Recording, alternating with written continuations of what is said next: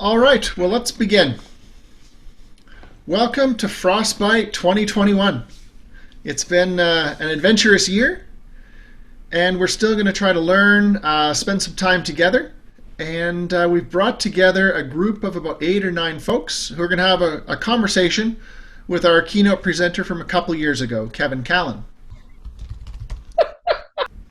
It's going to be a wide-ranging conversation, lots of neat questions, and an incredible amount of experience here in the group. So I'd like to take a few minutes just to introduce the folks, many of whom will be familiar. So I'd like to start with Courtney Christensen. She's one of our long-term volunteers. Give us a wave there, Courtney. Courtney is a 4th-year student at Burman University, taking a degree in adventure-based counseling with intention to work with youth in the future. My experience at Burman has been really good. I like the small classes. OP has really broadened my horizons in a lot of areas. I've learned a lot of skills that's helped me personally develop as well as professionally develop. Lev, who's hiding in there somewhere, is also an adventure-based counseling major in his 3rd year. My role on this trip is a leader. I look after day-to-day activities and I keep everyone safe and make sure they're having fun. What I like about this area is the wilderness. I like feeling like I'm the only person out here. It is who I am. It's my hobby. It's my personality. It'll be my career someday. It's just where I feel most at peace and most at home. And then there's my good friend Dale and Colleen Kiselyk, who live about 4 or 5 hours north of me in the Great Boreal Forest. Wonderful professionals in their own regard with dual professions. And together, we are nature alive. Bushcraft, survival, canoeing, drumming, winter camping, and guided trips. They work outside of the outdoor education industry, and they are leaders here in Alberta within it. And so really great to have you folks here.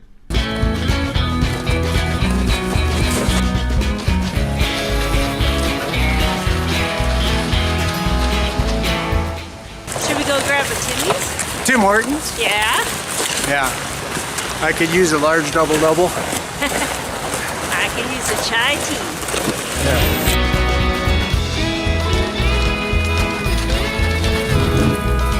And then I'll turn it over to Raoul, who I've only known for a couple of years, but we managed to work together with a group of his students from the Netherlands who came over and spent 3 weeks here in Canada.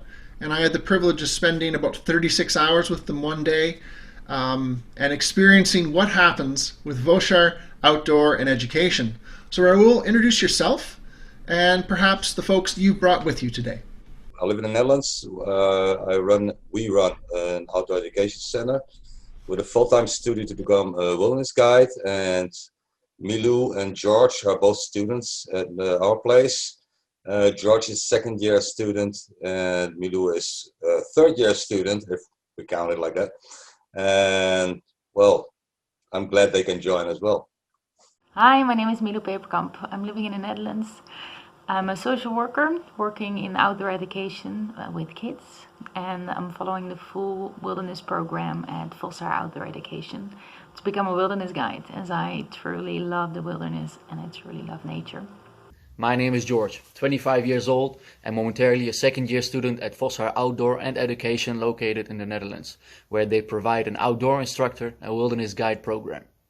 When they gave us the assignment to learn about Kevin Callan and ask a question per video, I was immediately intrigued. Oh, wait, this classic. Just a minute, I gotta get this, the frying pan hanging on the side. What do you think of the adventure? I think it's awesome. So, can you explain your waterproof system? Oh, well, I got the handy-dandy IKEA bag system. So, I'm on the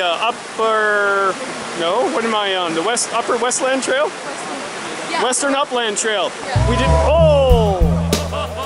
sorry, I gotta go help someone. Another day of paradise, Kevin Callan and the hooligans. Lovely.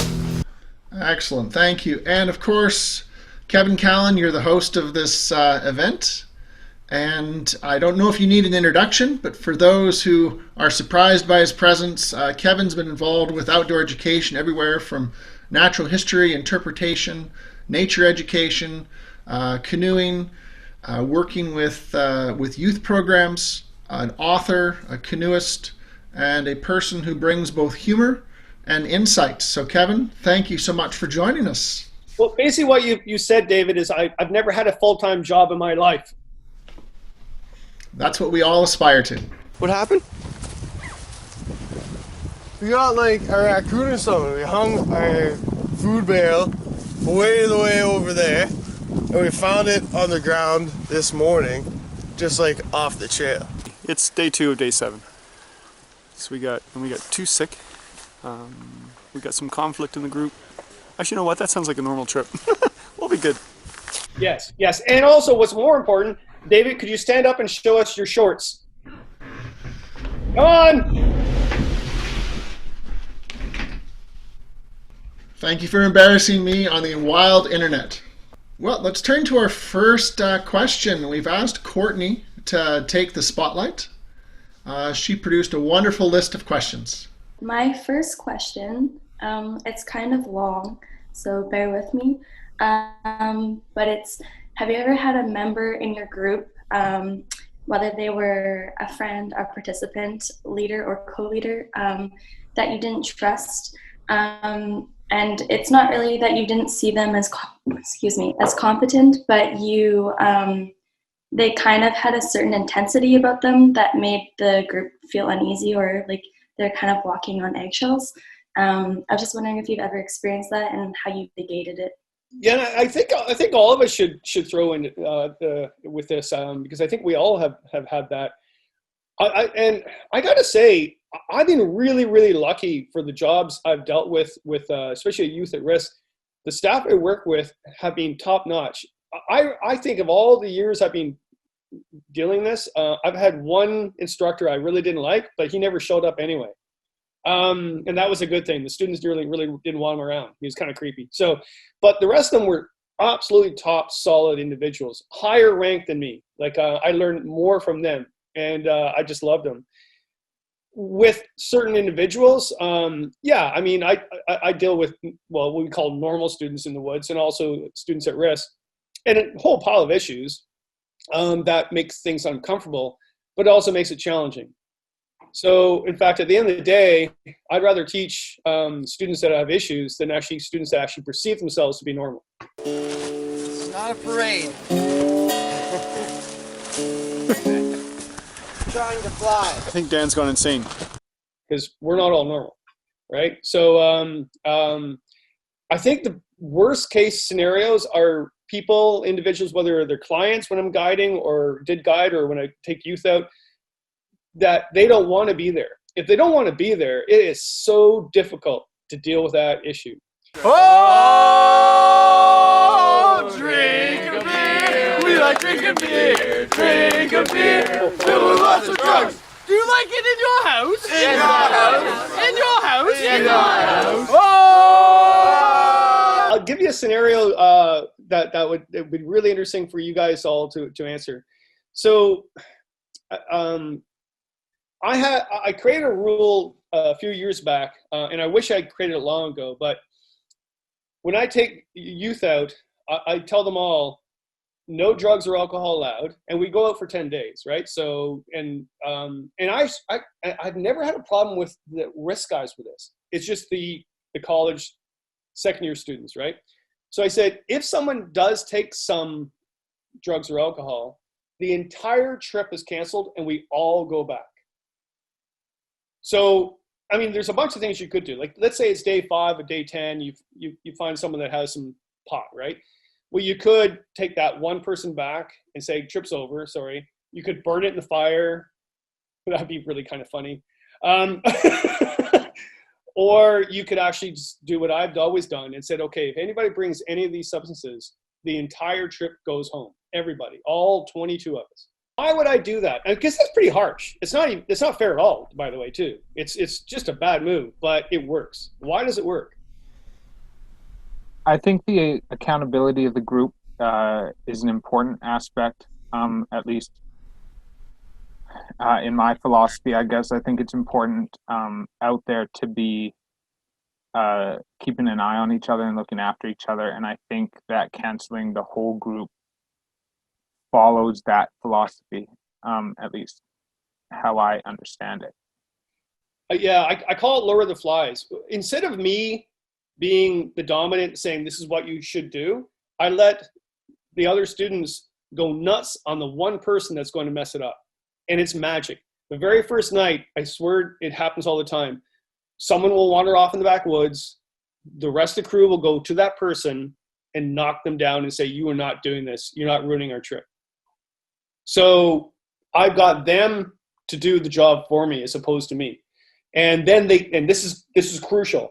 Then they go back to the campus and they tell all the other students who are going on the next trip, yeah, don't mess with that, man. Don't do it. Don't do it. So I don't have to worry about it, right? Because it all has to do with liability. And David will tell you all about this, liability. At the end of the day, you need them to come back safe so you don't go in front of a judge, right? Because if anything ever happened out there, it is your fault, whether it's your fault or not, right? So I always found that the lower the flies thing really works. Get the other participants to go on that one individual that's going to mess the trip up. So, and thanks a lot, Courtney. You made me go off tangent. I don't even know if I answered the question. Did I? And by the way, David, now show your hair. It's time to show your hair. It's the COVID special. I'll cut my hair when COVID is over. You haven't cut it since like March? Nope. Wow. Like, turn around. They can't see the rat. Go ahead. Why do you do this to me? Last time we made a video together, I was talking about some sort of love fest in the woods. Oh, you brought that up. Like, you know, everybody forgot about it until now, but I'm going to show the clip. So this is Dave. He's one of the founding fathers. Him and Brian, or Brian and himself, or I'm not sure what grammatically. Brian and Dave started the whole thing 5 years ago. Once you guys got together, like 12 of you? Yeah, there were about 8 to 12 instructors that said we want to get together in the winter and just go camping. And we had a great time. We shared a few skills. We experimented on each other. And gradually, you have to try new tricks. You have to teach new things. Sorry, Dave. I couldn't hold back.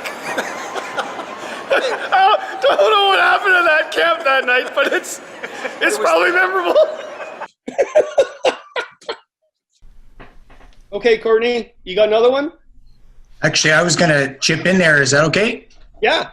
Okay, sure, yeah. With regards to what Courtney said, too, I think what's important, like you've done, Kevin, is you're stating something up front, which pushes the group closer together. Right away, they realize that they're all accountable for everything that goes on.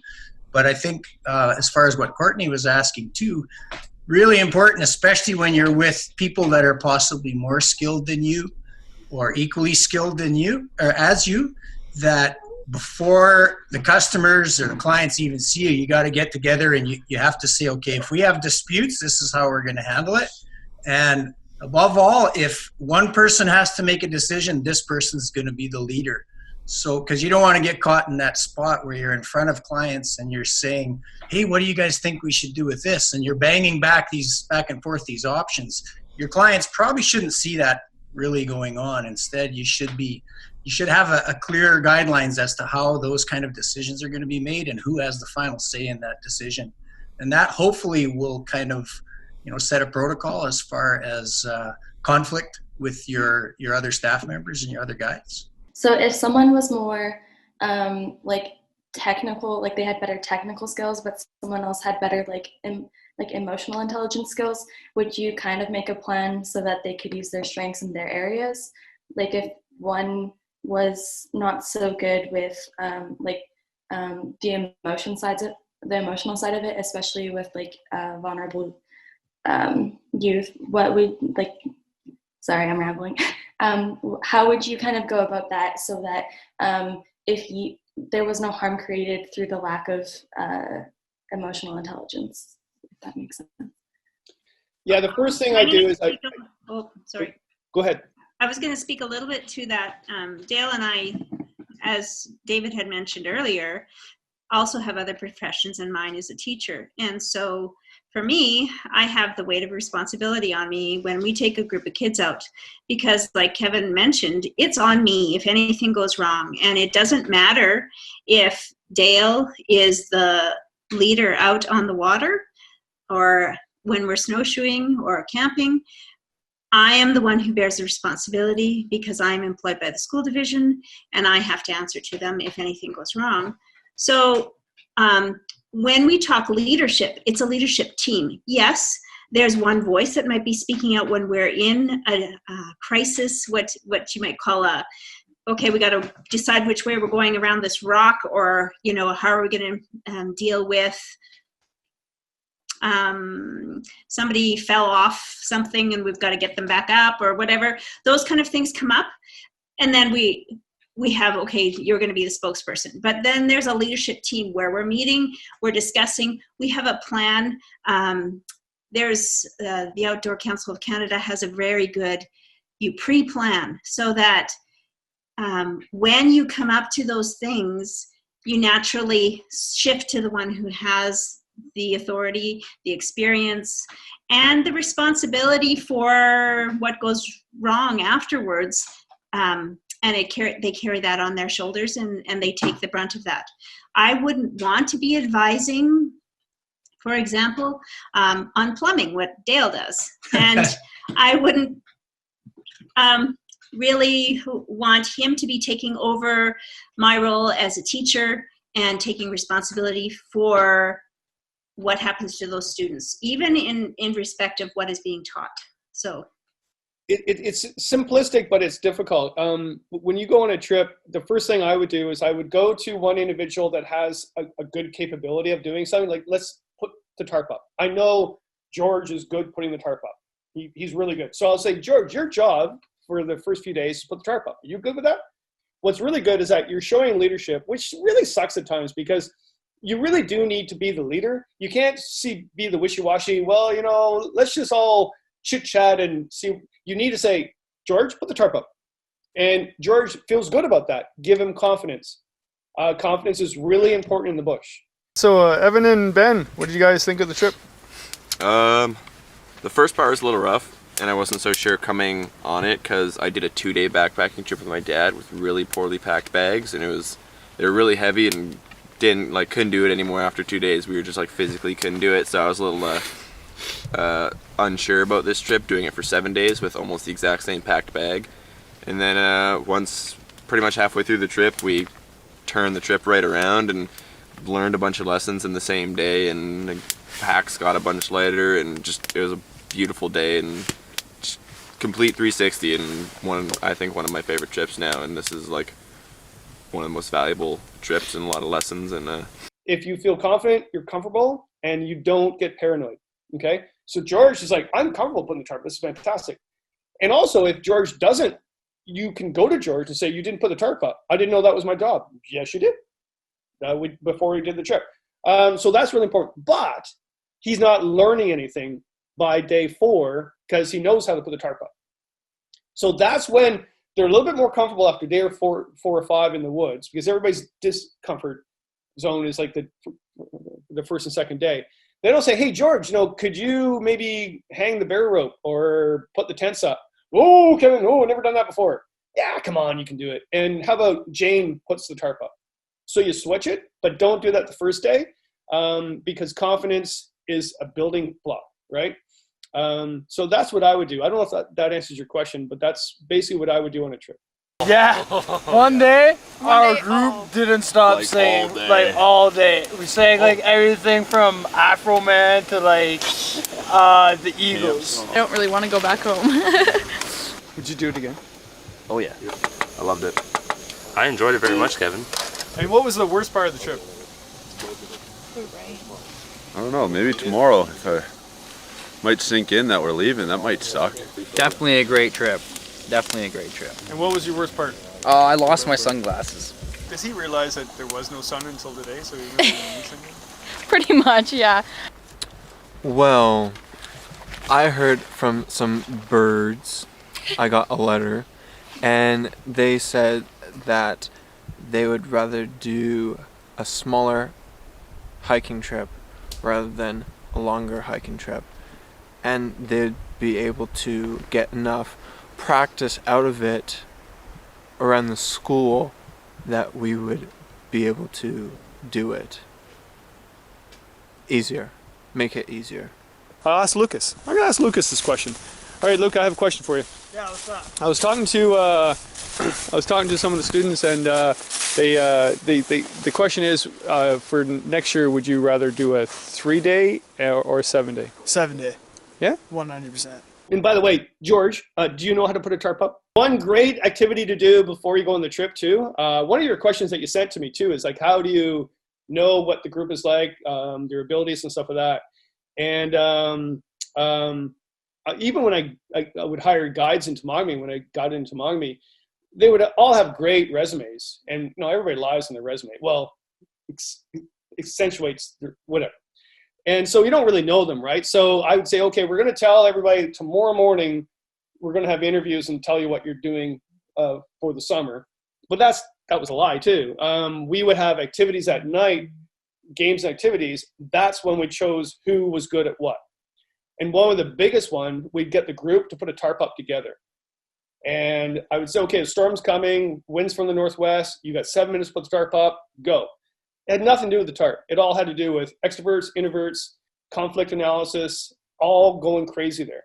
And you would watch them put the tarp up. You would have the quiet individual like looking at everybody like they don't know what to talk about. You'd have the loudmouth that actually would say, oh, here, do this, do this, do this.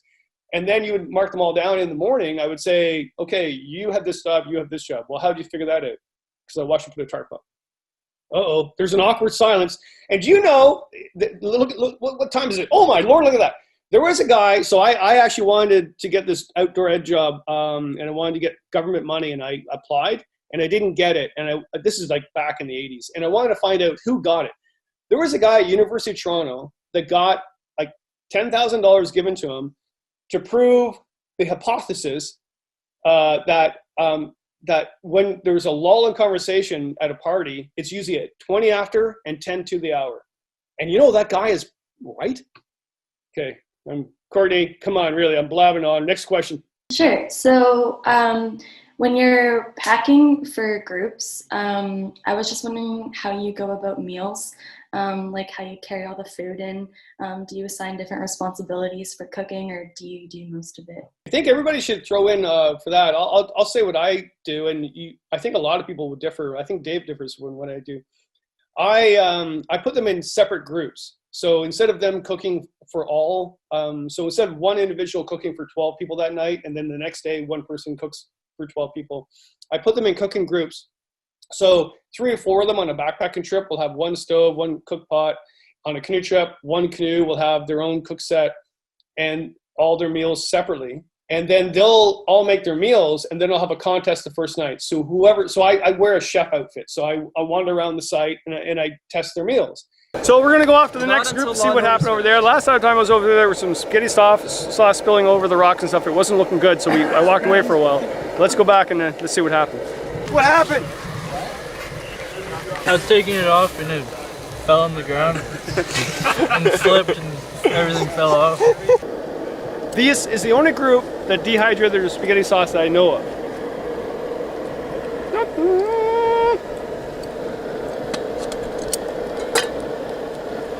Ooh. So their job was to make a bit more fancy of a meal, but lightweight meal because they're backpacking.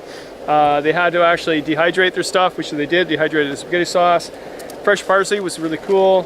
Fresh meat, fresh cheese, and onion and pepper. But it's the first night, so actually that's okay. Like have some of the fresh stuff the first night. It's pretty good. This group over here, similar meal. The only thing I did notice that their cheese looks a little better. Their spaghetti sauce though came out of a can. They tried to make sure I didn't see that, but I did. Their spaghetti sauce came out of the can. But you had to add water. It wasn't like pre-made spaghetti sauce. It was you had to add water to it. That must be tough. So we're gonna go off to the next group and see what happened over there. Last time I was over there was some spaghetti sauce spilling over the rocks and stuff. It wasn't looking good, so I walked away for a while. Let's go back and let's see what happened. And whoever makes the best meal that night wins a prize. Usually a Henry bar or whatever. And the last night, I also do the same thing. Whoever makes the best meal the last night of those groups, and I give them a roll of toilet paper. So that's the prize for the last night. So there's a lot of debate on that. Like, is that really a good group thing? I don't know. It's just what I've done. So I'm thinking Dave has done it differently. I think we have to look at, what's the goal of the group you're taking out? And if we're working with folks who are literally learning to camp for the very first time or learning to become comfortable, then it's really about them learning to care for themselves. And as we move towards a leadership training, we're encouraging people to look out for others and prepare for others and learn what it means to serve. And in our program here at Burman University, in students' first years, they're largely learning to operate the equipment. The stoves, they're preparing for themselves, they're planning menus, they're packing it, they're taking it, and they're caring for themselves. And you really cannot care for others until you are truly competent in caring for yourself. And as they move into their second and third and fourth years, we start to expand those responsibilities where now they're taking on some of the instructional role and mentorship. And we start cooking for smaller groups and finally cooking for 10 or 12 people in the outdoors. But it's a progression. So we have to ask, what is the goal for the group? And what are the skill sets they already have, and how can we push them to gain more skills? So I can speak to that a bit too. When I'm taking a school group out, our preparation starts months before. And so I have limited amount of time that I can work with them during a school day, and obviously a lot more that I can work with them when we're out on a trip. But we'll start way ahead of time. I'll be teaching them how to dehydrate food, and we'll do it all together. We'll, make up Ziploc bags with our meals in it ahead of time so that like day one's lunch is all in one Ziploc bag, day one's supper is all in one Ziploc bag. And while you do want them to start taking responsibility for that, nothing makes a whole group of people crankier than having a meal wrecked and having a horrible supper and going to bed growly because everything was burnt. So yes, you have to gauge how much time do we have? Can I have everybody competent and prepared? And if so, then you're responsible for your own meals. Here's your bag. Or you're responsible for your group, or you're responsible for tonight's supper. And so there's that collaboration piece that has to be worked on and gradually built on to achieve that. Then when we have clients that are paying us, and they're all adults, so we do one very popular trip is a ladies only trip. These ladies don't want to cook. I get to go on it. He gets to go. He's the one exception to the ladies only trip. They love it. They love not having to cook.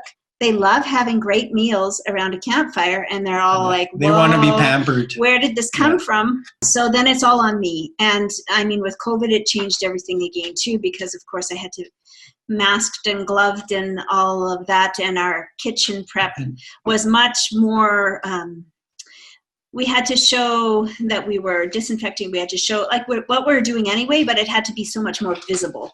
And then even in the serving of the food, we weren't allowed to touch the utensils and stuff. So that changed things as well.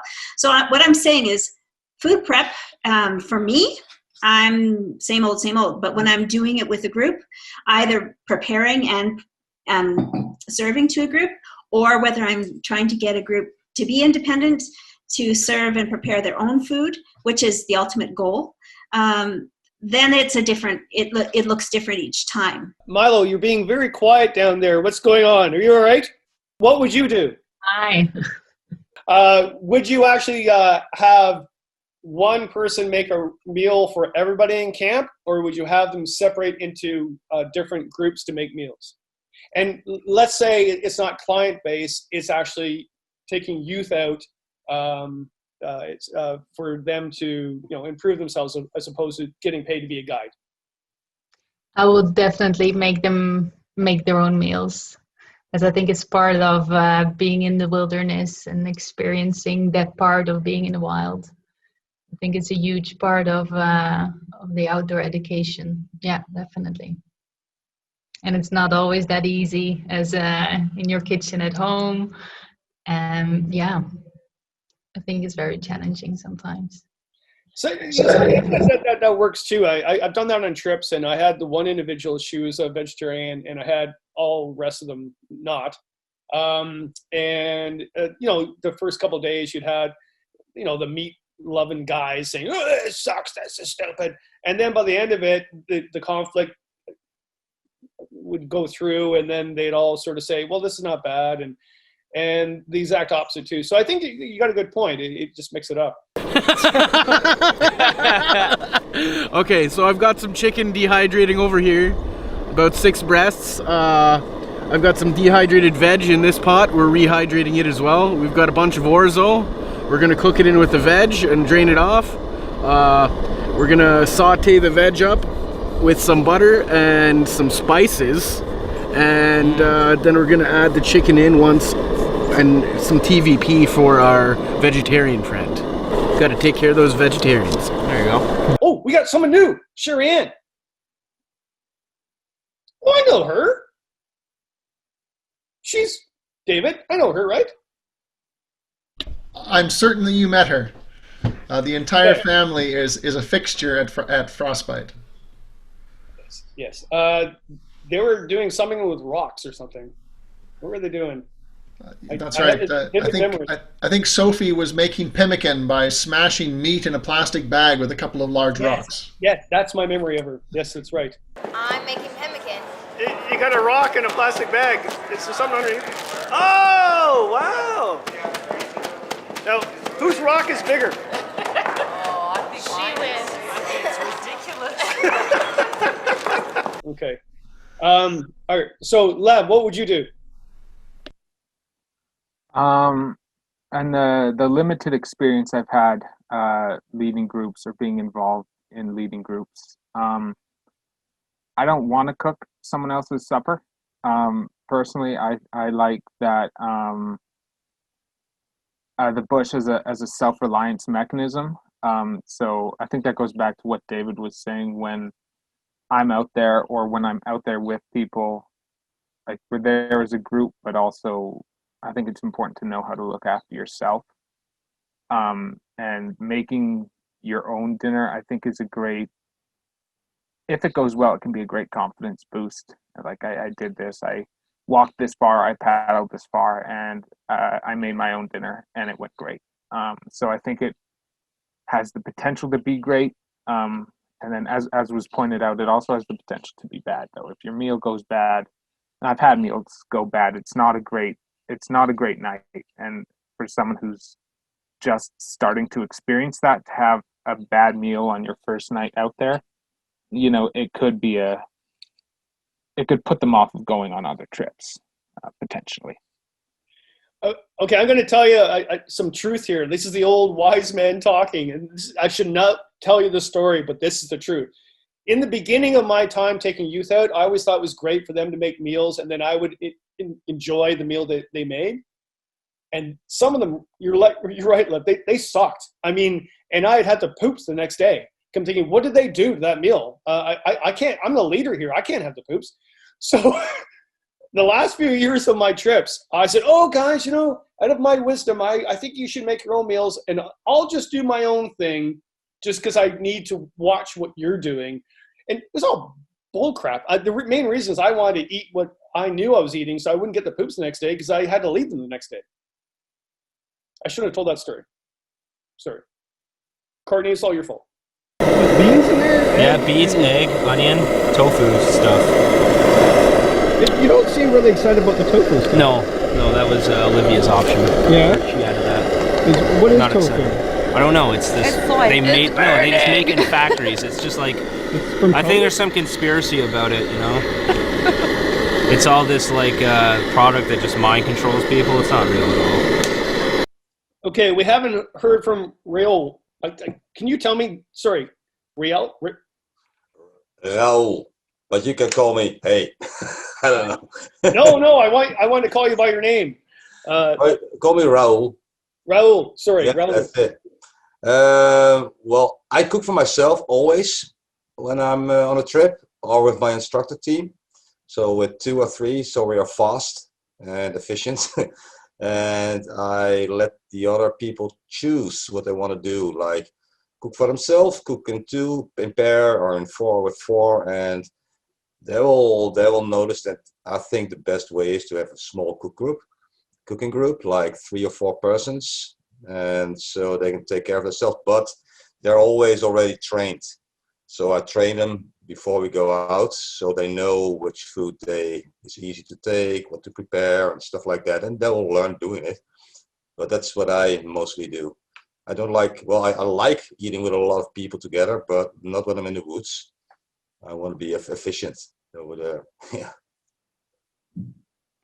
So do you think if efficiency gives you confidence, is that why you're doing that, or so?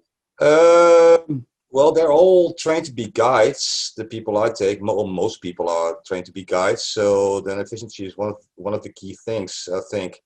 I take my time for preparing food, so it's not like I'm hasty.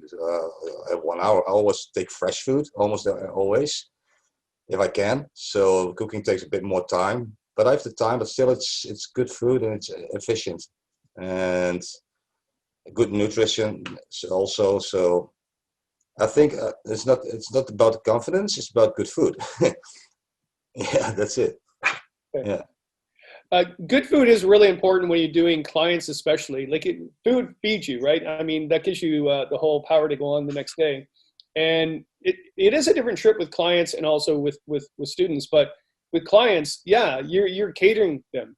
So we're on Farm Lake, about half an hour paddle from mainland. Yeah. And we're having the worst time ever. How's Kevin doing with the firewood? I'm doing fine. I'm filming while the guys in the background are doing that. Kevin made the best dinner ever. He made the most beautiful steak dinner, mashed potatoes, with potatoes and Caesar salad, and it was lovely. What's happening? What's happening? So we're gonna do a fireball shot. But your first fireball Fireball shot in Canada, well, ever, to be honest. So you don't have this in England. We don't. No, so okay. Here's to you, here's to me. The best of friends you always be. And if in fact we disagree, then here's to me. Cheers. And the first thing I do is I set up camp. I get a tarp going on. I make bush martinis, so I make them all martinis in martini glasses, plastic glasses, whatever. But they're all fancy glasses. And the main reason I do that is for them to go off by the fire, get the fire going, and have their martinis, and I make them hors d'oeuvres. That gives me time to go in my kitchen, because when I'm with clients, nobody's allowed near my kitchen because I don't want them to contaminate. I had one guy. Every time he went back in the woods to poop, he'd come back and wipe his hands on my towel that I was cooking. And I didn't know that until day 3. And I went, have you been doing that the whole trip? Yeah, what's wrong with you? I went, what is, so nobody's allowed near with clients because, they're paying money for them. Like you guys said, they basically, they don't want to cook. And then you make them a really good meal. You make it fancy. Even if it's a really boring meal, you whatever you're doing, make it look fancy. Like when I make coffee, I swirl around my head to pull the grounds to the bottom. I don't tap it on the side.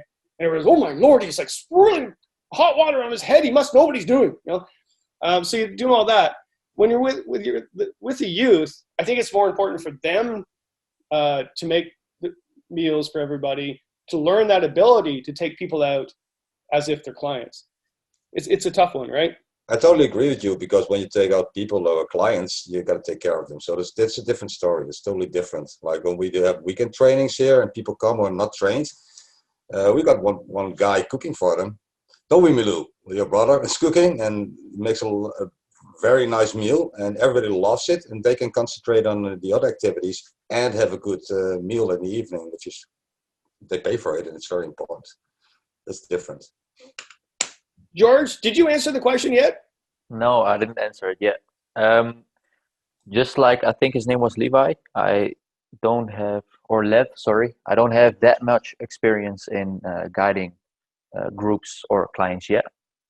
This weekend will actually be one of my first times, so that will be awesome. Thank you, Raoul. But the way that I was thinking is it depends on who you're bringing. Are they capable enough? Are they trained or aren't they trained? And what kind of knowledge do they have? And also, like, how well is the group in interconnecting with each other? Like, is it a group?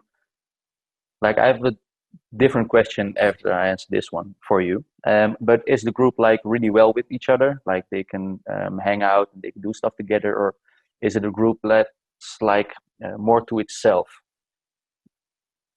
I think it depends on the group, and as well, I think it depends on the experience one has. And I don't have a lot of experience yet, so I don't think I'm able to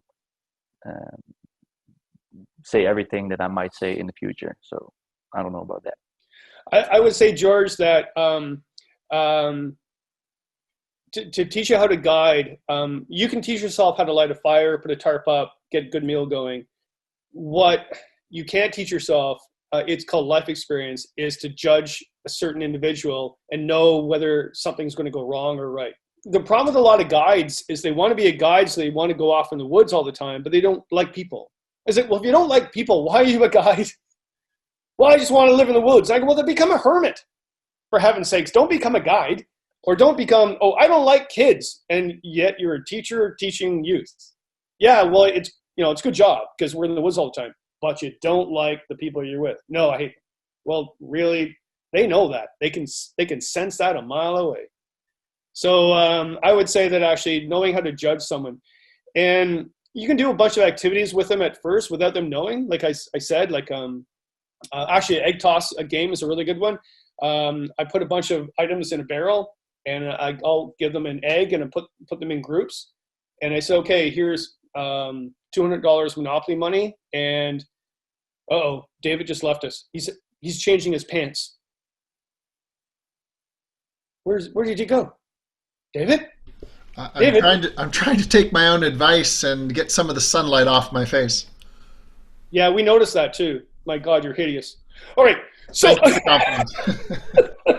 what was I saying? The egg toss game. So I give them some fake money, and I would auction off these items. I go, you're going to do something with this egg, but I'm not going to tell you. So I would say, okay, $20 for this frying pan, like $50 for this bag. And they're all like, so what would you would have is the loudmouths throw all the money away and get the items right off the bat. This deep thinkers would actually say, wait a minute, he's got a scam going on here. Let's think about it. And you watch it happen. It's like magic, right? They don't know what's going on. They're all excited. And then what they have to do is one person has to throw the egg and the other person has to catch the egg with the item that they bought. And they're like, oh man, I never saw that coming. And the ones that actually went crazy and bought everything, they have the hard frying pan with an egg and they lose. And the deep thinkers, have the soft cushion bowl and they win. And then it doesn't matter who wins or loses, but you get to see who those people are you're going to go in the woods with. And I tell you, here's a good scenario for you guys and see what your answer is. David, you all right? Okay. Everything's good now.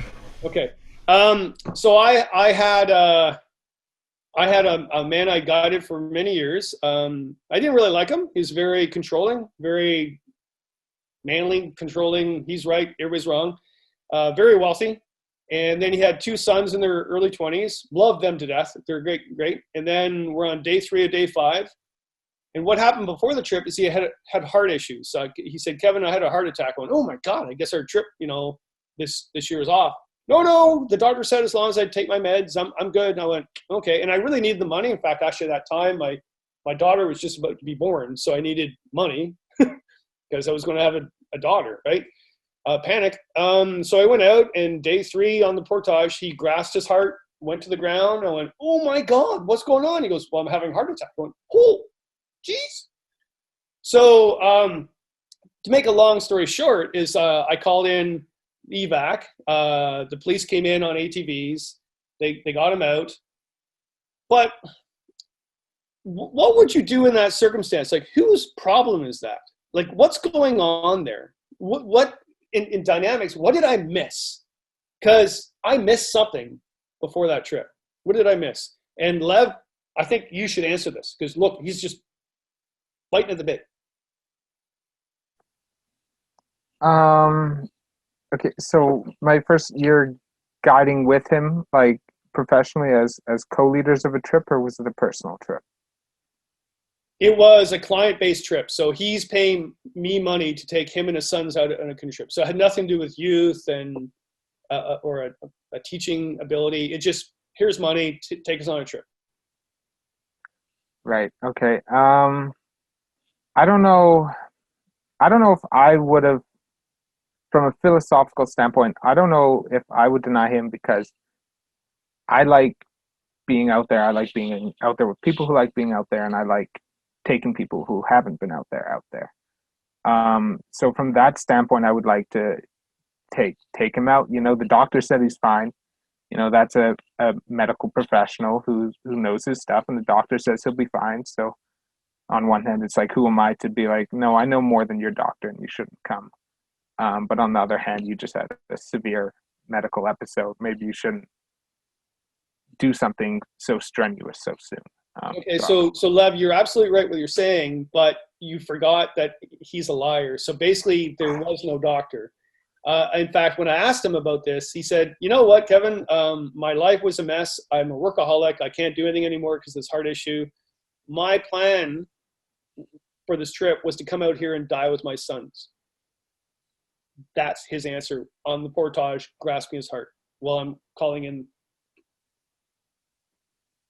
So should I have taken him on the trip? I have something to say. Sorry, Lev. No, go ahead. If you have a thought, go ahead. Yeah, what I was thinking is, he said there was a doctor, but before the trip, I think you like really need a document from a doctor, or have spoken to a doctor yourself, because that's the thing with people. Like maybe they plan this in advance from like 6 months to a year, and I really want to go. And in the last period before you go, something happens, but I already paid.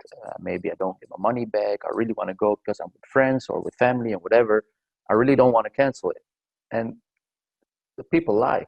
That's what I was thinking. People lie. So if you don't really like confirm this, you're not sure.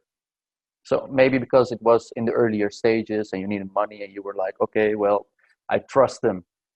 You can't always do that, especially with clients, because if something happened, like it did, and that's question again for you, Kevin, eventually you're the one that's responsible. And I don't know what happened. Like, did he like sue you, or did he do anything, or what happened in the end? Because in the end, you're responsible. So I don't know if I would be comfortable bringing someone without actually knowing for 100% that a medical person or doctor or whatever gave consent, because then you can like shove it off like he gave me consent, then it isn't your problem anymore. Yeah. Unless something else happens. Yeah. The number one thing is I got him out. He lived, and actually the joke is he's still alive today. I still see him downtown, and I'm like, you bastard, like really? But the other was I did lower the flies there as well. I went to his two sons. I said, do you know what your dad just did? He basically wanted to die out here with you, and he falsified his documents for and I watched that happen, because then the family now is dealing with the dad, not me. My number one job is not to be his counselor. I'm not a shrink. I don't have that capability, but I do know how to make a call and get the police in. So yeah, it's a tough one. Courtney, I'm going to ask you another one. I know, like, you know, you've been talking a lot, and David is trying to get you to be quiet. You're just on and on and on. So, all right. So this scenario, Courtney. So you're with a bunch of youth. They're all in their late teens. You're on a hiking trip, and you randomly come upon this father. And his son, is 8 years old. And I say, hey, how you doing? And the father goes, well, we're doing okay now. Of course, red flag goes up. So what do you mean? What happened? Well, my son had an allergic reaction to something. Well, is he okay? Well, he should be. He's got to toughen up. Exactly what happened. I was like, what do you mean toughen up? well, this happened last year on the same backpacking trip, and I took him out again to make sure he toughens up with his allergy issue. So I don't know if you know this, but the more you get stung by something, the more you're allergic to it, right? It's not the opposite, right? So I said, hey, I got a sat phone and I have a device that I'll push it and get this kid out, no problem. And all my students are looking at me saying, yes, we should. And the kid comes out of the tent and he's a puff boy, like he's a Michelin man. Like he is not good at all. I went, no, that kid is not calming down. He's getting worse. And so we need to get this kid out. And the father goes, that's not your job. He's my son. He's not going anywhere. He's got to toughen up. So Courtney, what would you do? I personally would call it in regardless, because my personal values and ethics at that point would be kind of going off. Because at that point, if something were to happen to him, like he dies, I would consider myself liable. I'm not quite sure from a legal standpoint what that would mean, like if I would be, but if there's something I could have done about it, then I would. But I don't think that's really much different than when you are like a counselor or a teacher and someone brings something that you have to report to social services, because at that point, that person is in danger. And so for me, I would have to step in. I'm going to ask Milo, is she right? Is that legal? Do you have to help out or not? I would do the same as Courtney, I think, yeah. If it's legal, yeah, I think it's legal as a human being. Well, ethical, yes. But David, if a father is saying, I don't want you to do anything, this is my son, are you able to call in? Because he's saying, no, I don't want the help. Yeah, it's a tough one because we're torn between wanting to maintain good relationships with people. We're trained in Western society to respect the autonomy of people. At the same time, we have I would call it a community response. We have a communal responsibility to care for each other. And the moment you call, you've placed into the hands of the people who can take action.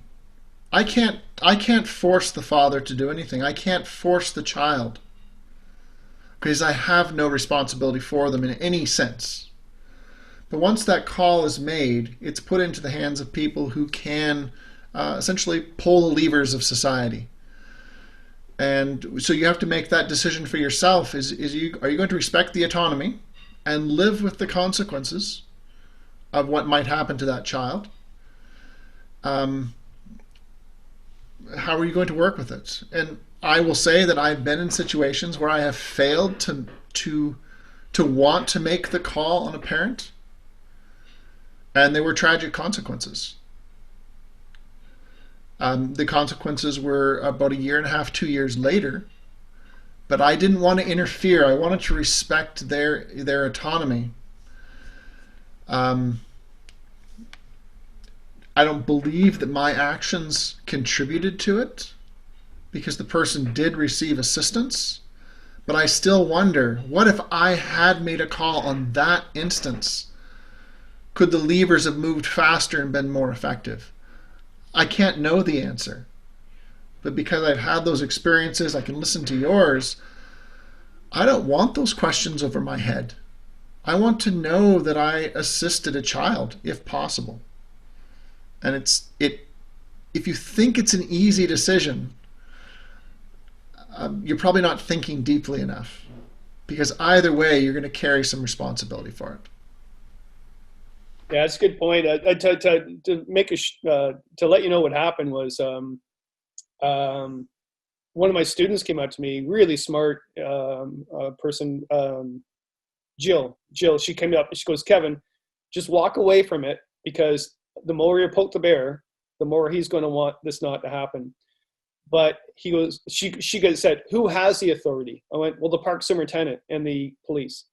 So we walked down the trail. I phoned on a sat phone, the park superintendent. They came in, got the kid, And the father goes, you can't do that. He goes, yes, I can. This is my park. And legally, they were allowed to take that kid out. They got him to the hospital. He was pretty much dead by the time they got him there. He survived.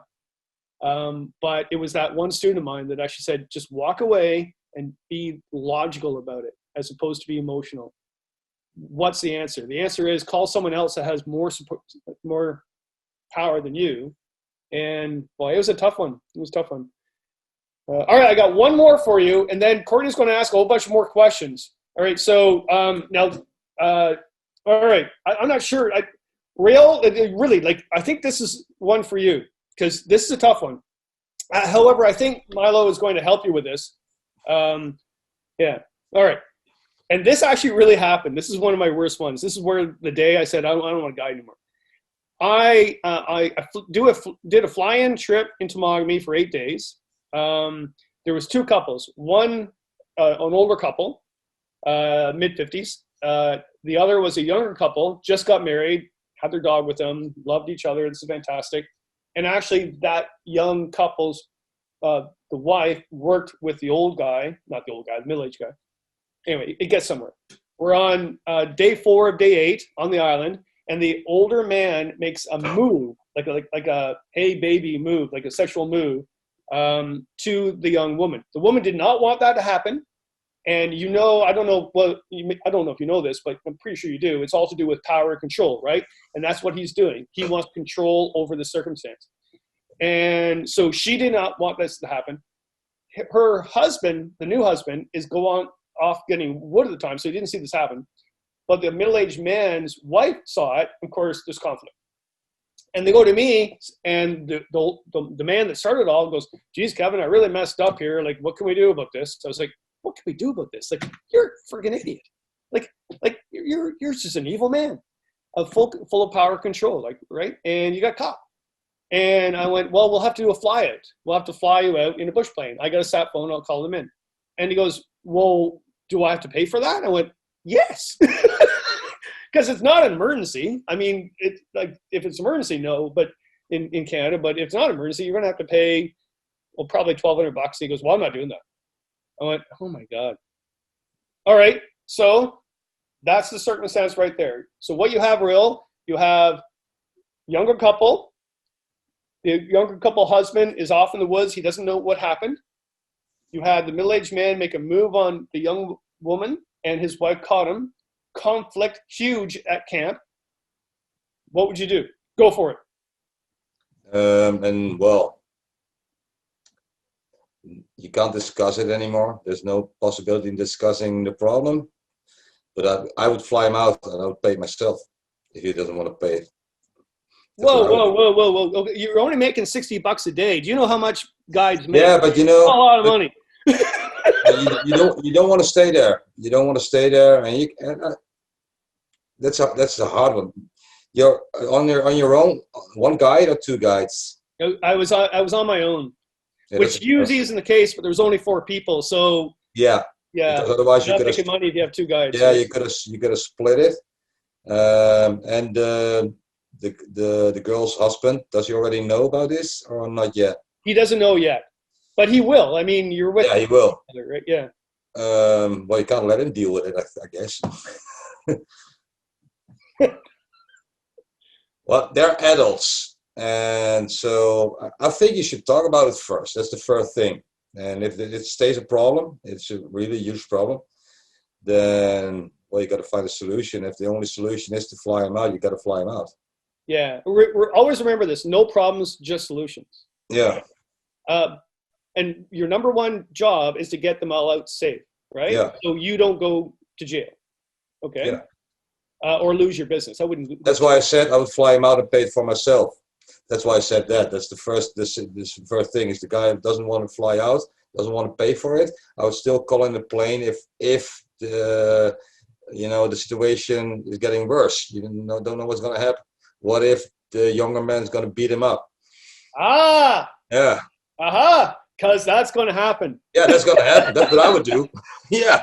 That's going to happen. All the people I've dealt with, there's going to be violence, right? Yeah, and you don't want that. So that's going to be danger for everybody. Yeah. So you got to call in the plane or you can handle the younger guy physically, like stay No, cool. I couldn't. I'm a wimp. Yeah, so yeah, then it puts the group in danger, and then you have to make a decision, and that's the first decision you're gonna make, I think, to keep it safe. Okay, so Raoul is saying call the plane in and pay the money, and therefore he has no money because he's losing money. So Milo, what would you do?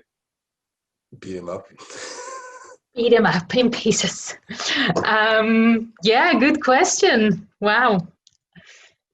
I was actually curious if you can you send him out legally based on is it like based on safety issues, or like what's them?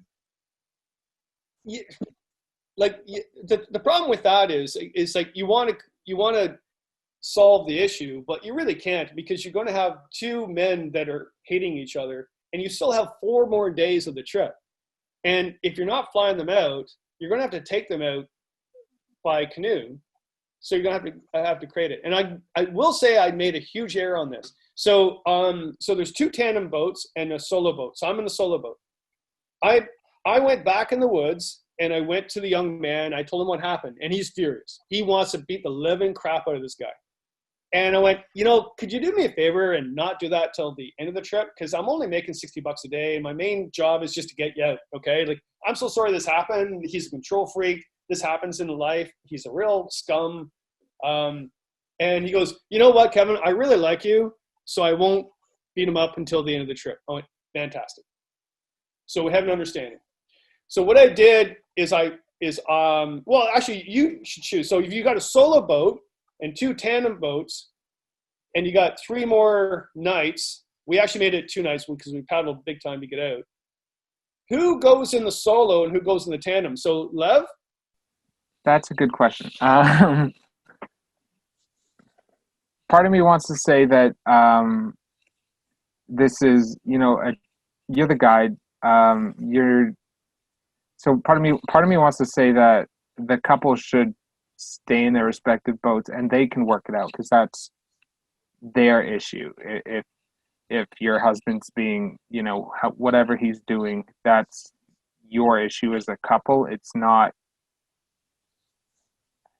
your issue as the guide, is what I want to say. But then, you do have the potential, if they do get like really mad at each other, that they stop being cooperative as a unit, and then the canoe doesn't go anywhere.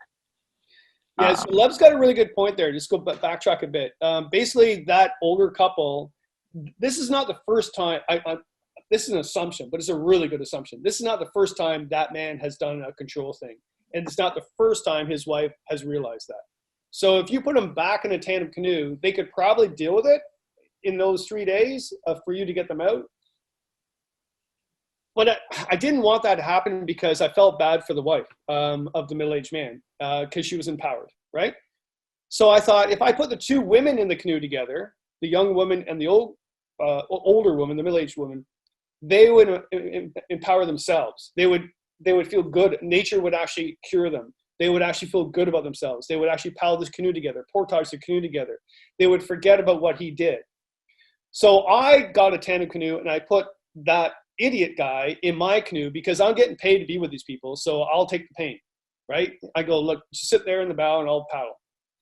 And I put the young guy in the solo boat saying, okay, can you paddle solo? That's fine. And we did that, and we camped separately through the 2 nights. But what was the huge mistake I did with the young guy? Anybody? George? You gave him a possibility to go anywhere he wanted. So he could come up to the older guy, the controlling guy, and just tease him a little bit, and maybe just get them both furiating in the way that it eventually will escalate before the end of the trip. The thing that I would have done was keep the wife and her husband, the controlling one, so the older couple, together, because it's a thing that they have to deal with it.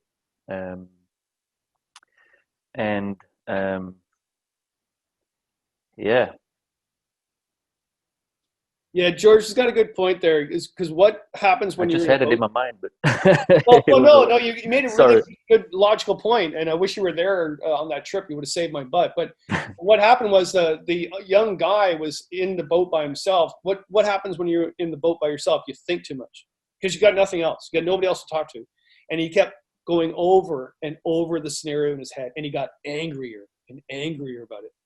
And then the trip was done, and true story. And David, you're going to hate me for telling the story. I think I've already told you the story before, but I said, yeah, trip's done. We got to the access point, and the young guy said, trip's over, right, Kevin? Yep. And he gives me a $100 tip, $100 bill, and then he beats the guy to the ground, kicks him in the head and everything.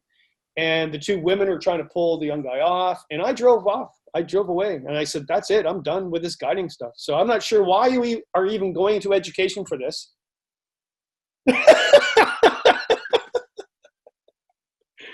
So inspirational.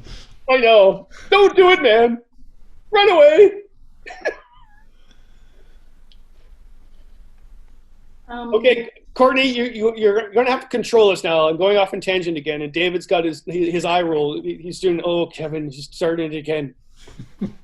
Can I just comment on your story? Yeah. So I don't know if this is necessarily right or wrong either, but I would have put that guy who was controlling in the solo because also from another standpoint is he's now removed her feeling of safety on that trip. So I think I would have probably kept her with her husband because in that sense she might have felt safe, like he could provide that safety that he has now taken away from her. But Yeah. I don't know. All right. So we've seen Dave's pants, we've seen his hair, and we've all seen his attitude. But have you guys actually physically met him, like how tall he is? He's massive. He's a giant. It's incredible. Like when you walk in a room, do people cower? And No, they generally laugh because I hit my head on the door. Then they feel sorry for me, and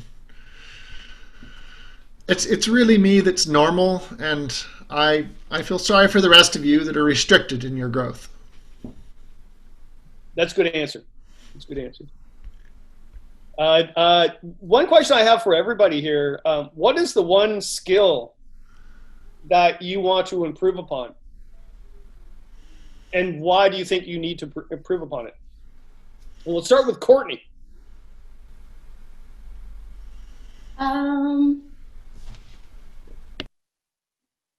I think that I got a list of self-improvement things that I'm working towards.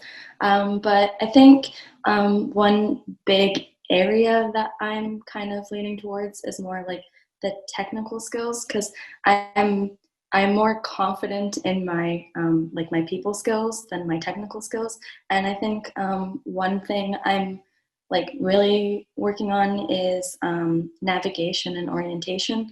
But I'm also, as David knows, working really hard on getting better at tying knots and stuff too, which I know isn't super important, but it's something that I've been challenging myself with in order to just be I can tie this knot.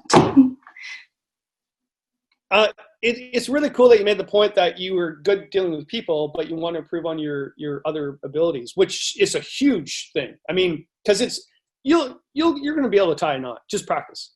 Light a fire, practice, right? And the biggest thing too is bush time. If you want to learn those skills, just go in the bush.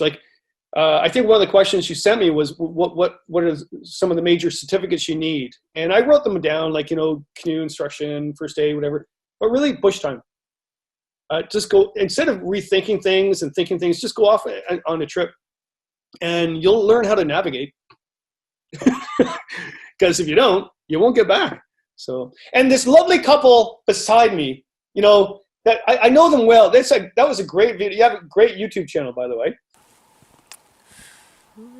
Wood, stone, feather and bone, rolling in the ocean, got us home. Wood, stone, feather and bone, rolling in the ocean, guide us home. Wolf and raven, in my soul, in my soul. In my soul, in my soul. River, sea, cedar tree, howling at the wind, gonna set us free. River, sea, cedar tree, howling at the wind, gonna set us free. Eagles and salmon, in my soul, in my soul. Ba-doom, boom, in my soul, in my soul. And what would you say with that question? Okay, yeah, sure. This is one I'm working on the last couple of years, and I think I'm improving, and Colleen can vouch for that, I guess. So on the opposite side of it, I think my technical skills are pretty awesome, and what that does to me, it causes an issue, because when we're doing river trips, for example, or we're in the bush or whatever, my confidence is really high, and I don't often see clearly what the level of my clients are. So I'm a little more bold than I should be. Oh yeah, we can go down there. Oh yeah, we can go that way. Oh yeah, we can conquer that. Oh yeah, we can run that rapid.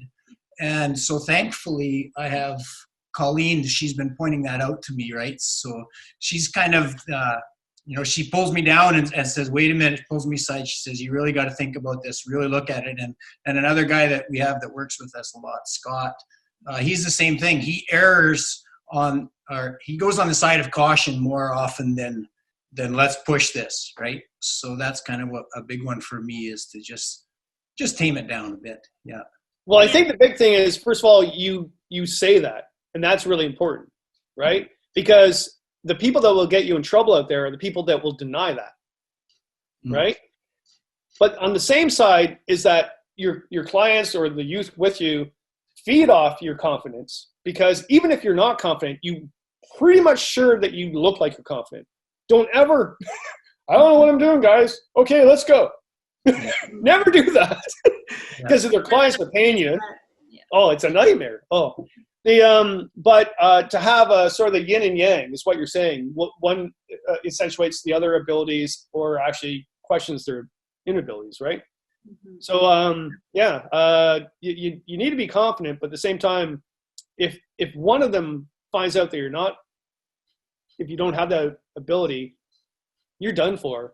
The nice thing about, for me, for teaching, and the negative thing is, I'll teach what I already know, but then there's a moment where someone will ask me another question, like, what is that tree? Oh, I don't know that tree. And they're like, really? You know every single tree in the woods? No, I don't know that tree, but I will find that out, right? As opposed to lying, right? Yeah, absolutely. Yeah. Or I can run those rapids. No, you can't. Yeah. Yeah. Well, and I find too, like, there's such a huge body of knowledge. I don't think that we can ever know it all. And even if we did manage to know it all, to be experts at it, to be competent in every skill, is I think it's an impossible task. So for me personally, instead of focusing on those tasks so I want to be the best fire starter, or the best knife worker, or the best tarp shelter builder, instead of focusing on specific little tasks, I think for me, when we've gotten into guiding more, it's a whole different world from Dale and I hopping in a canoe and going down a river, or taking 4 days and just having some time by ourselves on the lake, or whatever. When you have the responsibility for a group, it changes everything. And all of a sudden, things that you really didn't think about a whole lot before, or a trail that you did before by yourself and didn't think much of, hanging on by your fingertips as you skinnied along a really nasty bit of trail, and then you kept on going, it was fine. Then you're looking at your group and you're going, I have to think about the skills of the weakest member of this crew. And that keeps you up at night. And that's, so for me, for personal improvement, we've been taking some outdoor leadership certifications. And as we go through it, you know, I'm going, yeah, I've done this. I've been here, done this all the time, but you got to get the little piece of paper that says you've been there and done that. But it's made me think about the planning process. And when we were at our Global Bushcraft Symposium a couple of years ago, Andrew Bourbeau spoke about when you go from the green light, everything's great, everything's good in your risk assessment, and then it turns to yellow. And so to think the biggest thing to stop that from happening is to have your planning in place. And we all know plans can go out the window in a heartbeat. But if you've got a good solid plan ahead of time and you've worked on that, and so like for Dale and I, he'll come home from work 2 hours earlier than he planned to do. He'll look at me and go, do you want to go canoeing, or do you want to go snowshoeing, or do you want to go overnight in the bush? For us, we're very last minute, fly by the seat of our pants kind of people, and we will hop in the vehicle and be out there in half an hour, you know? Well, we'll camp up there, eh? Up on that ridge. Looks like a good place to camp. Okay, ready? 1, 2, 3. Ah! And 1, 2, 3. Ah!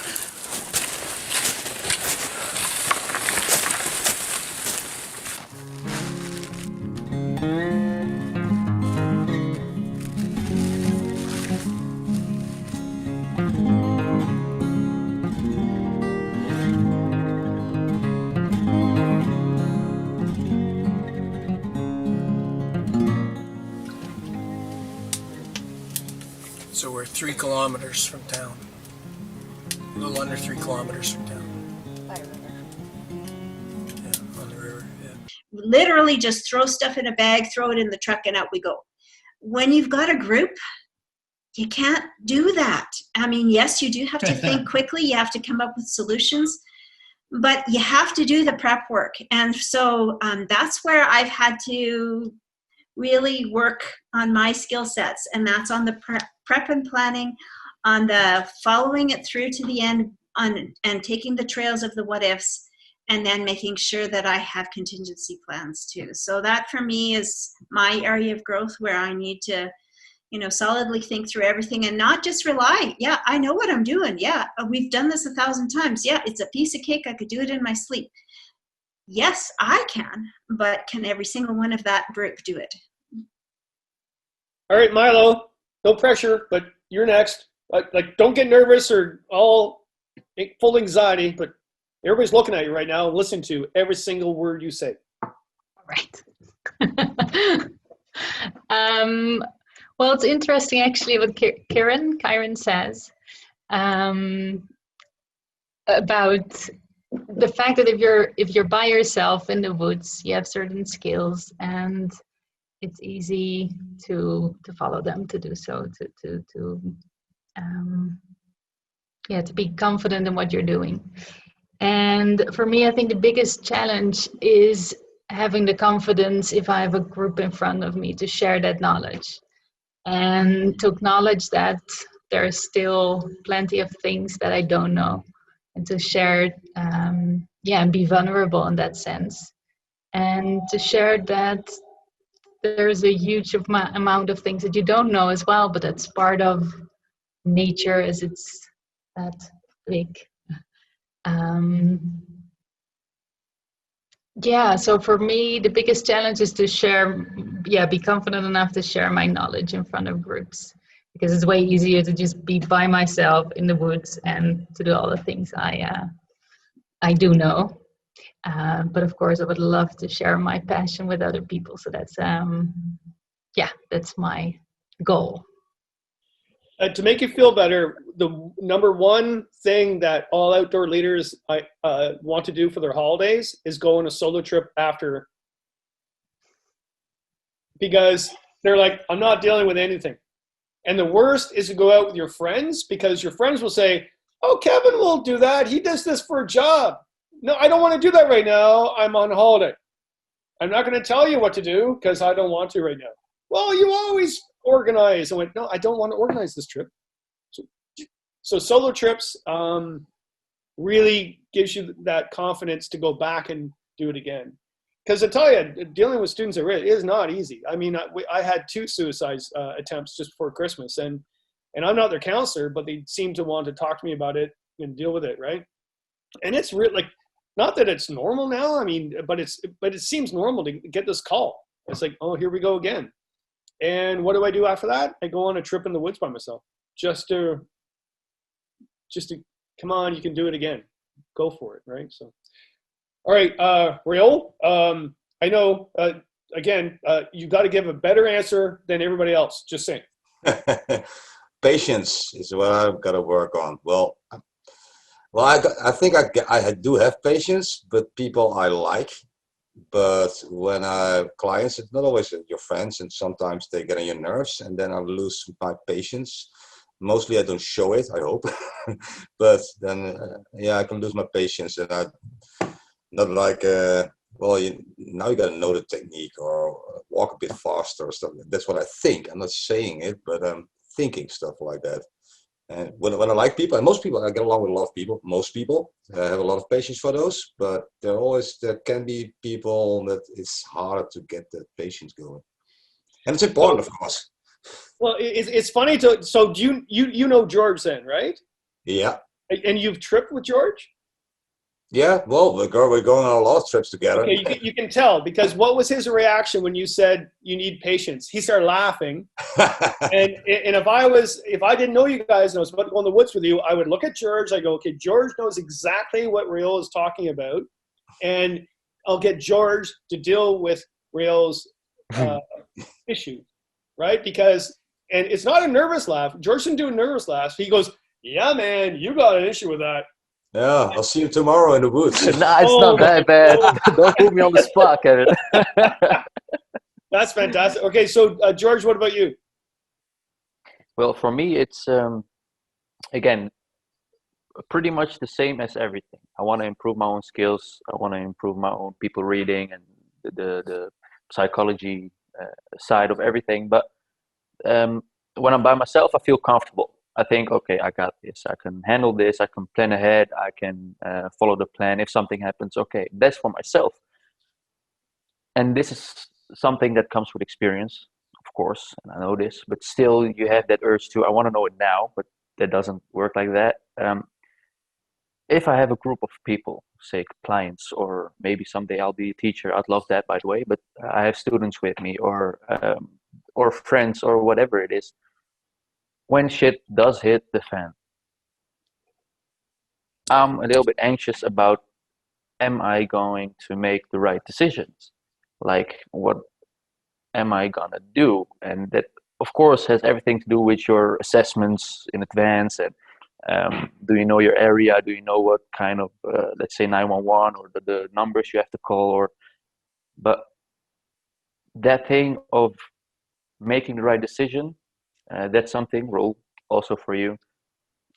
That's something I really want to learn. Like, get my nerves to like, I'm calm for myself. I'm an extrovert, but I'm calm when something happens. But still, there lingers a little bit of discomfort in, oh shit, I got to do something now. Am I making the right decision? And I think that's the thing I really want to learn. When we also would look at certain leaders that may be working for us or not, what would we do is we'd say, okay, like, so I would say, Lev, you're now leading the group. Now, if Lev actually got in the canoe and said, everybody follow me, and we all followed him, I would not hire Lev.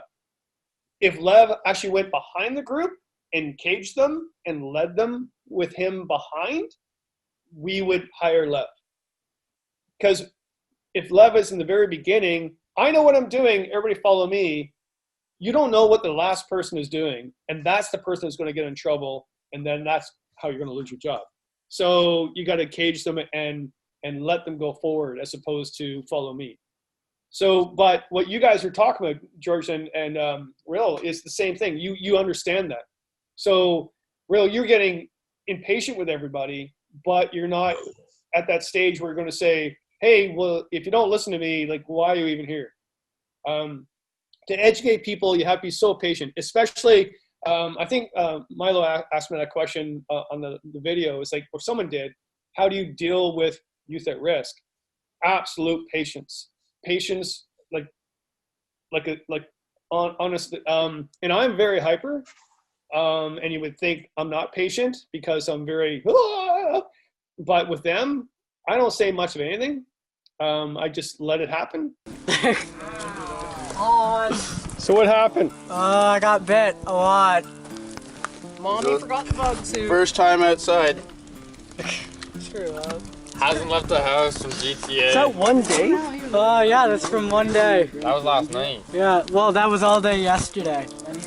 In the course of all day yesterday, yeah. Are you having fun? Yeah, I am.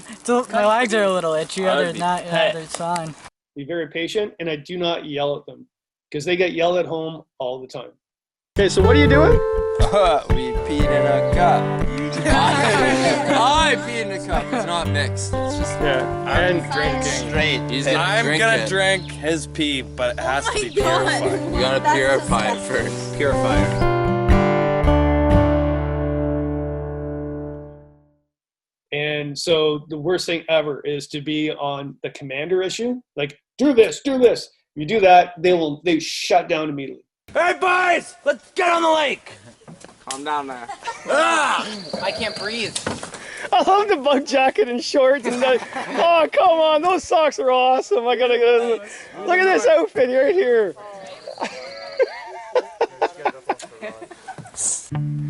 So I'm paddling across between islands.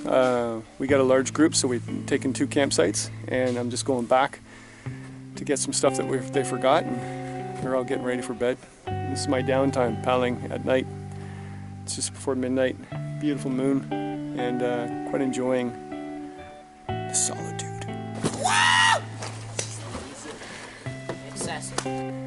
It's actually neat to see them communicate and even get mad at each other, and then actually figure it all out while I just sit there and watch. Until like no one wants to carry it with me. Everyone just looks at me like I have 5 heads when I ask. They're just like, oh, I got my stuff to carry. Well, you have to do more than one trip. That's. I know, they just hate that idea, apparently. So, carry it on the side. Or what I've done is put it on top of a barrel. But that's bouncing it? That's really kind of. So. I might even just be Or, you know what you can do? You can use a couple paddles. and like, yeah, have it takes all his stuff, goes all the way down. Are you doing one carry? Kirkland took all his stuff and thought he was going the wrong way and came all the way back. Oh, no way. We got a solution! Yeah, it's great to get some youth out here. Get them to enjoy their first camping trip. What do we have here? Want to be extra safe. You never know when you're gonna fall in the water. And also, it's really important to deal with people that you work. Like, the people the greatest thing ever, all of you, and David will tell you, and like the people you work with are amazing in outdoor leadership. Okay, Jamie. So what's happening? You got the cold flu, right? Yeah. And then Liz, you think he's a sissy pants? I don't think that, no. No. All right, think well, he's a Mike, what do you think? He's just a great guy, and it's just so sad that we're losing him to the flu. And you're staying away from him because you don't want it. That's true. We're all staying away from you because we don't want it. My group still calls themselves the Jamie Might Die group. Absolutely amazing. I don't really have any bad stories. And if I did, they no longer work. They went on somewhere else. They're amazing. So always deal with the people you work with because it's a solid group. And when you're feeling down, especially when you're dealing with suicides, drug issues, whatever, your colleagues will help you. Absolutely, because there is no money in this. You know that, right? Everybody's looking at me. There is no money in outdoor leadership, all right? Everybody must know that, all right? My daughter always says, Dad, I'm going to do something other than what you do because you make nothing. I went, well, actually, at the end of the day, in the bank I don't, but in my life, I'm the richest person in the world. Like, right? So, and you have to know that going into it. Anyway, all right, so I'm blabbing too much. Lev, you have to answer that question we started off with, which I forgot. What is the one thing you want to improve on? I don't think it's just one thing, but I would like to work on my reacting to situations when I'm in a leadership position. And I know that comes with experience, which is why it's kind of a hard thing. Not a hard thing, not a quick thing to learn, because, you know, I feel confident in my technical skills and setting up the tarps in the rain and starting fires and stuff like that. But when I'm with the group and something happens, or something that should happen doesn't happen, just learning how to deal with that in a constructive way, I think, is my focus right now. Why is that, Lev? No, I don't mean that. Don't go off and go personal story on it. But is it confidence that you lack, or is it? Do you think too much about something before you act, or because you look like a deep thinker? I wouldn't say it's a lack of confidence. In the moment, I'm very confident, and I know I have skills to rely upon, and I do have some experiences as a leader. But I know that there's probably a different way or a better way to have handled it that I would know with more experience, or with conversations. Like after trips I lead, if it's with David, or even at the end of the day, I always like try to go over to David or Kevin Kearse, the other head of the department, and be like, hey, so this happened today. What would you have done? Did you like what I did? So it's not the lack of confidence, it's just feeling that there's something I could have done better if I knew better, you know? So that ability you have right now is a major ability. Like, it's not a disadvantage what you're doing. You're rethinking all the time what you're doing. And because you're not narcissist at all. Okay, so because you keep rethinking that what you could do better. And people that are going to hire people would want to hire you because you would want to learn something all the time, as opposed to, no, I got this, we're good, right? Now, the ultimate thing is I'm going to ask Dave, and you might say, well, why am I asking David this question? He's this old wise man that knows all, which David will say, and I don't know him very well, but I'm pretty sure he will say, that's bullcrap. Well, I probably wouldn't phrase it quite that way. I've been very fortunate that there's people that I know who I know are better. And when you know absolutely exceptional people, whether they're organizers or they're performers of skills or facilitators, you look at them and say, I've got so far to go.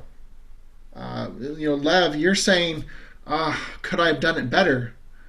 That's what we want to do. We want to hold up and say, a good example, and how can I emulate them? How can I learn from their experiences and grow beyond just our own mistakes and benefit from others? And so as I listened to the group, and Colleen, you shared your experiences of working with kids and knowing that you carry that responsibility. Well, you gave me a new perspective on it. And that's the beauty of conversations and having mentors and friends you can go to and say, what do I do? And not in a way to undermine who you are, but in the honesty to know, I know what I don't know. And I know where I need to ask those questions. So, yeah, I've got some experience and maybe some skills that I'm competent in. But I know people who are a lot better than me. And I strive and I try to learn from them and with them. David, Bill Mason came to the college years ago when I was just a kid there. And I remember someone stopping him in the hallway before he spoke. And they said, I've watched your canoeing videos and you're not that good of a canoeist. Why are you on these films for the National Film Board? Basically what that man was saying is, why is he not, as opposed to Bill Mason? And as a kid, I just watched the answer. It was amazing. Bill goes, you're right. I'm not as good as paddler as so many people I know, but I can tell a story and I can get the interest of people and I can motivate people and I can make a change in the world. And that's number one, not how I paddle. Mm. And it just floored me that Bill Mason was saying that, because he was giving this guy the answer. He goes, the reason why you're not doing water walker, buddy, is because you're an arrogant bastard. I'm going to go to one question that really sparked my interest. And I thought it was Milo, but I don't think it was. David sent me some separate videotapes of a bunch of you asking some great questions. Amazing. My question to you, Kevin, is how to bridge the gap between experiencing and exploiting Earth's wilderness. Well, nature isn't only there to be enjoyed, as David Attenborough states. It's the most fundamental factor in our civilization's survival. Yeah, that was my question, actually. What I find very intriguing is well, obviously we all want to experience the wilderness, and we love it, we want to be there, and but at the same time we also want to protect it, because we want to keep enjoying it, and also for future generations we want to keep the earth alive and healthy. And what I find very interesting is that I do see lots of people on the trail, and not everybody has their green heart on the right place while walking these trails. So yeah, I'm curious, like how to bridge this gap between experiencing and protecting Earth's wilderness. I find it, I try to make choices myself in my daily life, what I eat, how I spend my money. But I would also like to integrate it in my work with fellow wilderness enthusiasts. And I'm curious how you're doing it, and in general, the opinion on this subject for everybody, like how everybody deals with it. It's a huge question. Something I've dealt with a lot, because my nickname is the wilderness pornographer. People that live around me, they say, oh, that's the wilderness pornographer. I went, what the hell is that? And basically I write guidebooks to get people out there, and I get money from that. Or when I guide people, I take them out and then I get money for that. So basically I'm making money for getting people outdoors. Is that right? Is it ethical? I mean, is it better for just us to go on solo trips and nobody else to find our secret spot? That's a really good point. And I don't know if I have the answer. I think George has the answer though, right, George? You keep putting me on the spot, Kevin. Well, how do I do this the most? I think the way that I do it is usually when I'm with people or people that see me, is just be extremely passionate about keeping the environment clean myself. And you, how do you say that? You affect people in that way. Like if they see you clean it, or if you say like, guys, I know you all have some glass, or you have your lace packages or whatever, give them to me, I'll bring it home, it's okay. Well, of course you take the responsibility on you, but the next time they're out in nature, they will probably think 1.5 or twice as much about throwing something in nature. At least I don't see a very different way or of really teaching people that, like, if you don't care, you don't care. Like, I don't care, put my cigarette there or throw my glass here, and they don't care.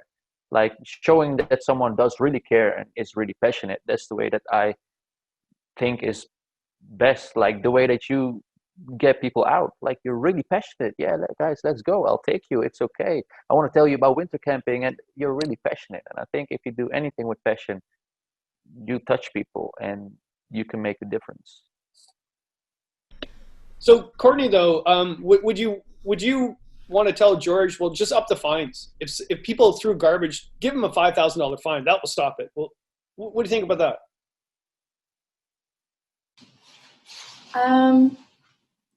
In my experience, fines are like one way to divert that, but I think making it personal is more effective. So like, you know, that idea of, well, like I took, this semester, I took a class and it was called, oh no, I forget what it's called. Basically it was on our connection with the natural world and how we affect it. And I was actually really surprised by the amount of people in that class that didn't even know that we could run out of oil one day. And essentially that we're using resources at a much faster rate than what's sustainable. And so to me, I was kind of shocked by that because I, in some ways, thought that was common knowledge. But I think that just seeing that reaction and how people could see how those little things in their everyday life, like the amount of plastic that is in a grocery store, how most of our food comes prepackaged and in plastic, and just things like that. I think that that is one of the most powerful ways to kind of change people's perspective, especially like this might sound maybe a little bit extreme, but like take a field trip to the local landfill. Like they'll be shocked at the state and the amount of garbage are in those places. And then you can apply that to how would you feel if like they continued doing that. And so that's on our streets. And then eventually in our natural habitats where we like to escape from the city. It's kind of hard to escape from the city when your natural places have become more like a landfill and lack of water and stuff like that. So I think just kind of making it up and personal is almost more teachable than just giving them a fine that they pay once. Colleen, why don't you speak up there? I'm going to just hop on my soapbox for a minute here. And I'm sure you've all read The Last Child in the Woods. And I believe that the one way that we can change the way that our beautiful outdoors is treated is teach kids from being very young. I can pretty much guarantee each of you became involved and interested in the outdoors as a child and had positive interactions with the woods, with wilderness when you were very young. And I, as a teacher, I teach kindergarten, I teach all the way to grade 9. I take those kids outside and I take them out a lot. And when I do, I teach them the beauty, I teach them the wonder, I teach them the respect. And that if we don't caretake what we have, we will lose it. And so if we are taught that from very young, it then becomes a mindset, global culture, instead of I'm the only one out here on my crusade trying to make everybody else comply with the wilderness etiquette and respect. If it becomes like, just look at the way that our mindset has shifted in 25 years about recycling. We all know how to recycle now. And how did we do that? We taught kids.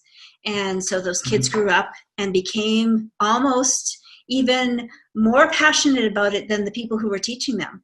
And so I think that if we can continue to, and I hate to say it, but there's no money in it, but if we can teach kids, if we can get kids engaged in, first of all, to love being outside and not be afraid of it, but have positive experiences with it, and then teach them how to be stewards, we're going to see a shift. We're going to see that people are naturally, and you're going to see that group mentality then go on the one person who is throwing trash out, and they'll be feeling horrible for throwing trash out because the whole mentality has shifted of our culture. So that's how I think we can change it, one child at a time.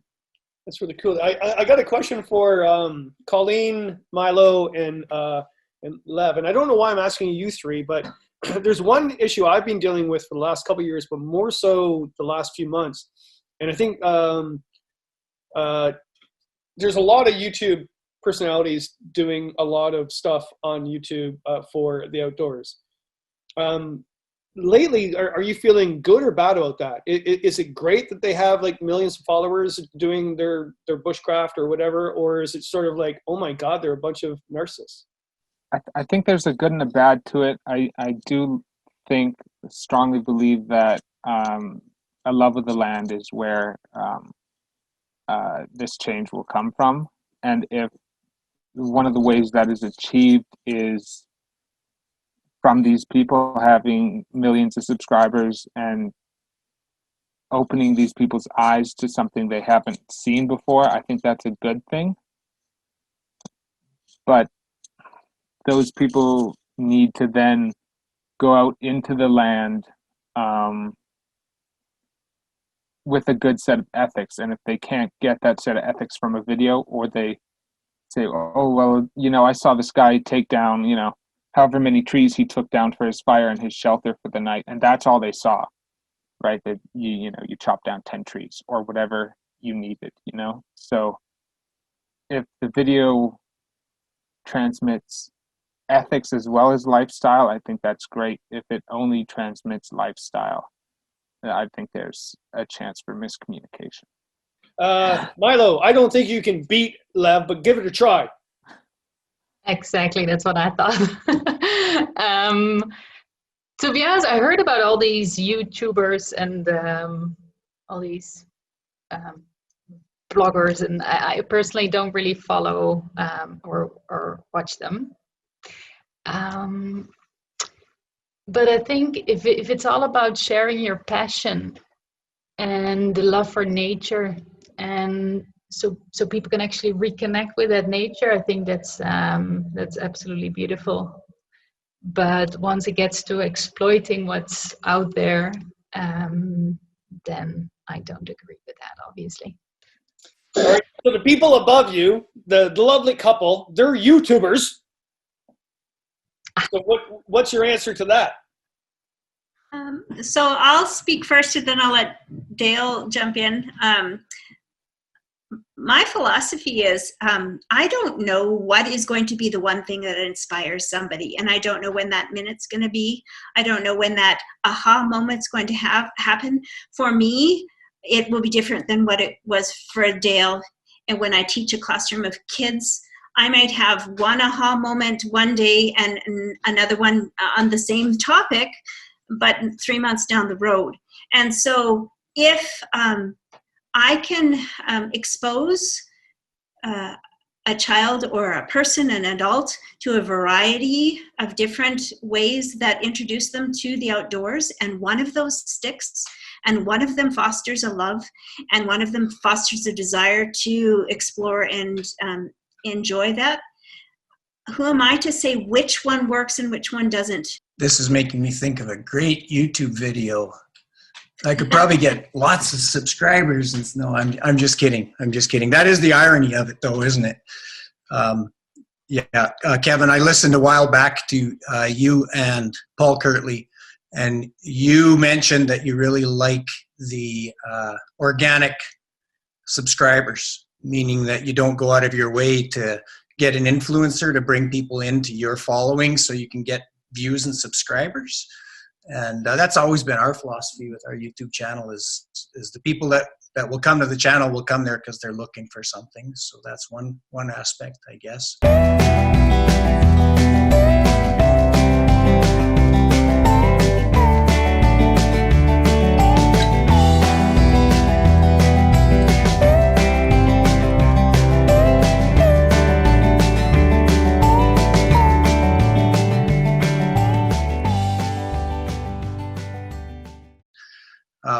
I think the whole YouTube thing, it's crazy out of control, and it's too big a thing to fix. But starting where Colleen mentioned earlier, creating empathetic connections with kids when they're really young is great. But there's a bigger piece to that comes later in life when we become adults that watch YouTube and go to university and become part of society.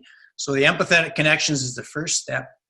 But then later, what I see we're doing, even within the outdoor education world, is those empathetic kids are growing up. Some of them are hunters and trappers. Some of them are bushcrafters. Some of them are no tracers. Some of them are primitive skills enthusiasts. Some of them are outdoor education instructors in schools and universities. So that empathetic connection is there, but it's going in all these different branches. And I don't see unity in those branches. I see actually bashing where, no trace bashes bushcraft, and bushcraft bashes no trace. And I think there's a big gaping hole missing in that aspect that needs to be kind of mended. And that as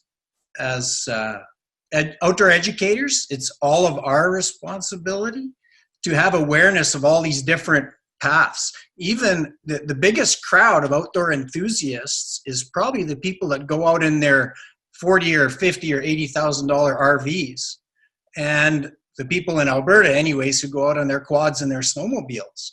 They're outdoor enthusiasts who probably had empathetic connections when they were young, and they love the earth and they love getting out there and breathing and filling themselves with that.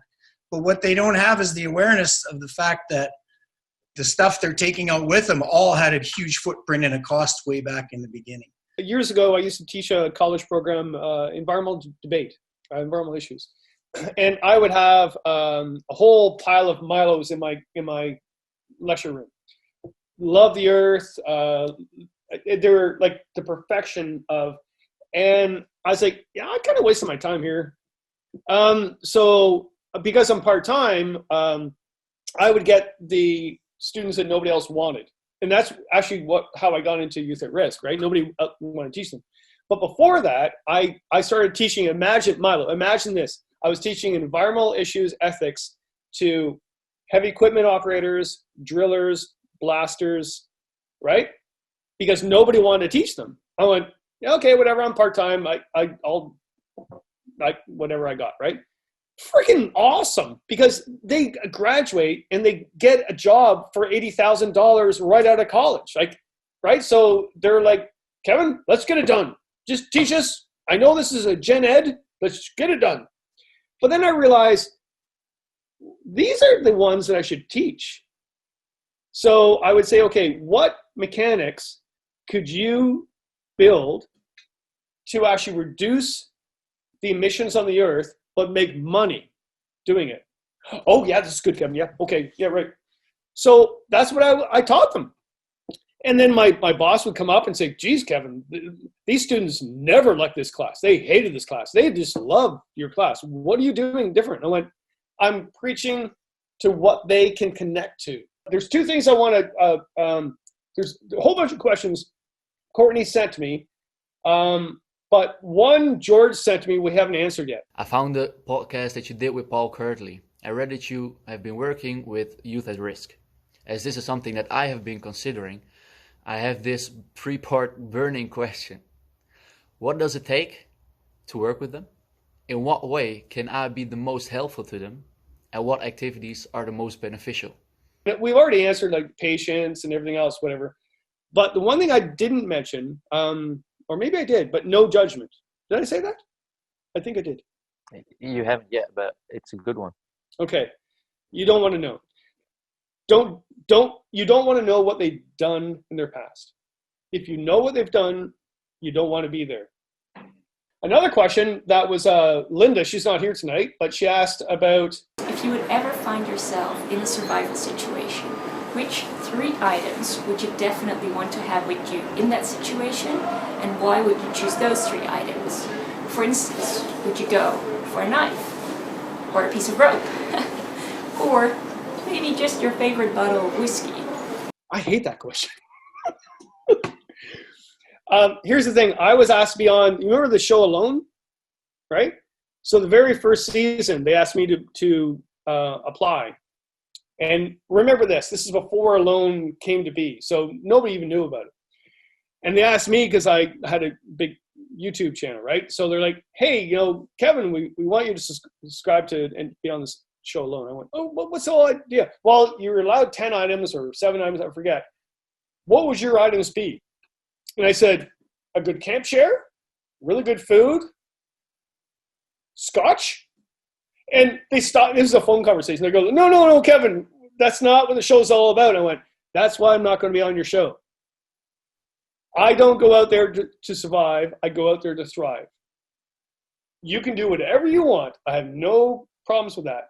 But I do not go out in the woods to try to survive and challenge nature, because nature will kill you and mess you up. We are nothing in this universe. Nothing. When you're on a big, huge bit of water and a storm's coming in, and you're like, oh yeah, I can control it. No, you cannot control that.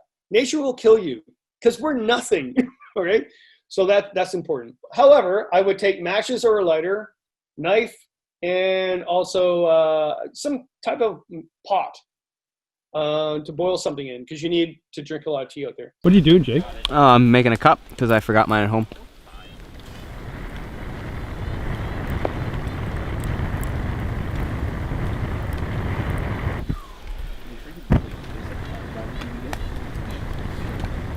She's coming along. Cool. Wouldn't it be easier just to boil a cup?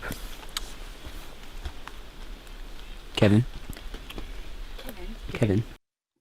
All right. Courtney, it comes back to you. I think I've covered all those questions. What were, of all those, like you sent me like 40 questions, right? What were the key ones that we did not cover tonight? I think a big one would be how do you work around feelings of inferiority? What was that again? How to like mitigate feelings of inferiority, so like lower confidence and like minimizing your own accomplishments and stuff like that. Okay, that's going right to Raoul. Bob, I'm gonna ask Bob right in the middle there. Yeah, can you ask the question again, because I'm not from Canada, so I gotta listen one time. Sorry. No problem. Basically, the question is mainly how can you basically how do you work around feelings of inferiority? So not feeling very confident and kind of feeling like maybe you could be sort of you're below everybody else in a sense, and then minimizing your own achievements. And sorry, Courtney, you have to say A at the end of that, because that's Canadian. Okay, yeah. We need to. A. Okay. Well, I don't lack confidence myself. Gotta be honest about that.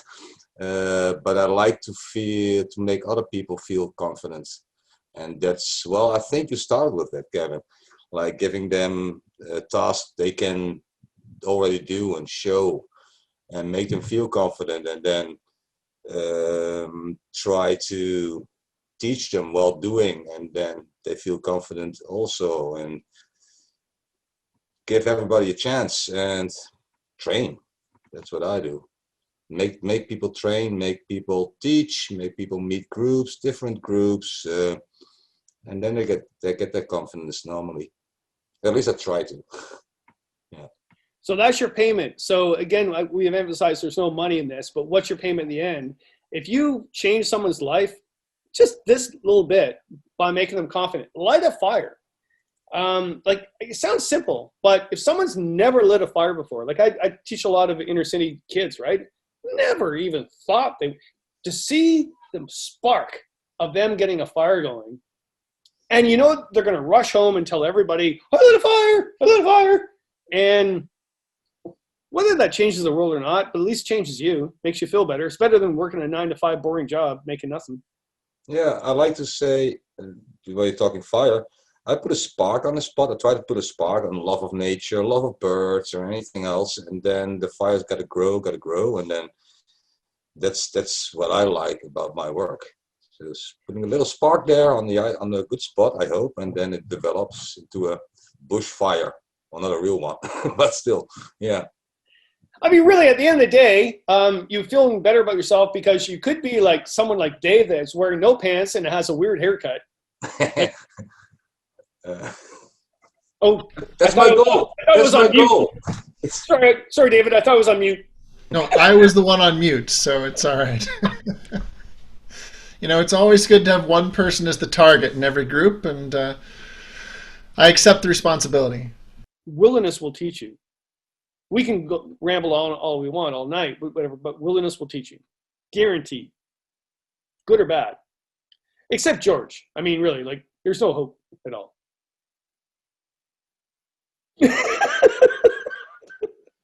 Did we cover everything, Courtney? I have one last question for you. The rest of them were covered, yeah. But how do you balance individual and group goals? David? Can I pass that one? No, you cannot. No, it's an important one. And at the very beginning, I'm trying to remember what our very first question was. It had something to do with risk, I think is what we were talking about. And it comes to those ground rules we put out. If you're entering an experience, you're preparing an experience for people. You have to put out very clearly, this is what the expectations are, to allow people to, in some ways, self-filter. So make sure that their personal goals match what you have for the group. Otherwise, you're setting yourself up for that conflict. But if they come up in the middle and you weren't aware of somebody having a goal to go 50 kilometers a day when the group plan was to go 20, now how are you going to manage that? How can you feed that person who needs the constant activity? And that's going to be communication. You can't abandon the person. You can't always pull a Kevin and call the police or call a plane to take them out of there. But you have to figure out that communication while you're out there. We all have, the quater versus the leave no tracer. They have different goals for being there. And it's first, if you can match them to the right situation, but then try to find a way to feed them while they're there. Maybe it's a new experience. Maybe it's completely changing the entire day's plan for what wasn't supposed to be there. But trying to find common ground. It's improvise. It's do what Lev brought up. What do you do when you have conflict? How do you make that instant decision? And I can think back over the years of times where I go, oh, why couldn't I just make that decision right then? It's hard. And so time builds it, experience builds it. And then, frankly, this conversation, you're going to call back for what we talked about today, and you're going to learn from it for years because you've learned from so many perspectives. And I waffled, and I ranted, and I raved. I probably didn't help. All right, did we solve everybody's issue? Like, we all going off in better world now. We're good. And if not, though, what's really good about leadership is that you always have someone to blame.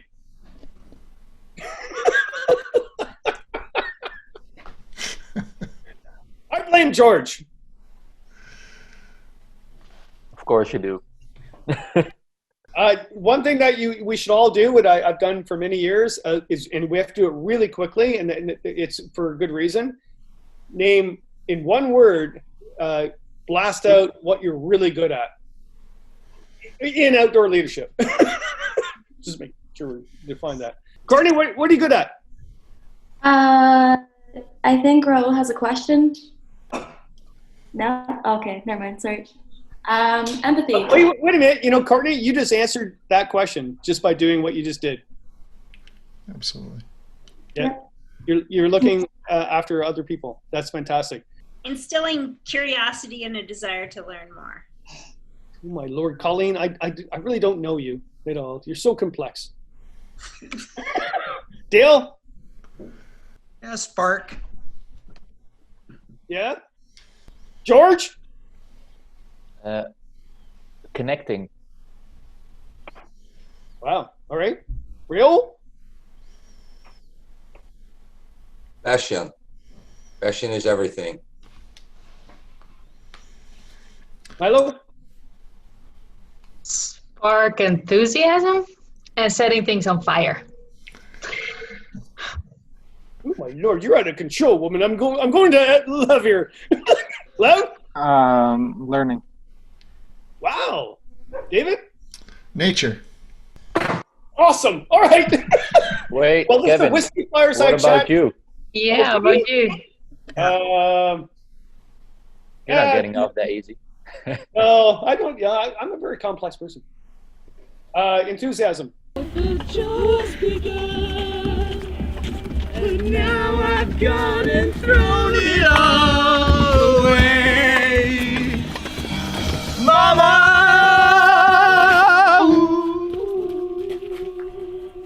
That's awesome. That's really awesome. Woo! 7 days. Changed their lives, changed mine.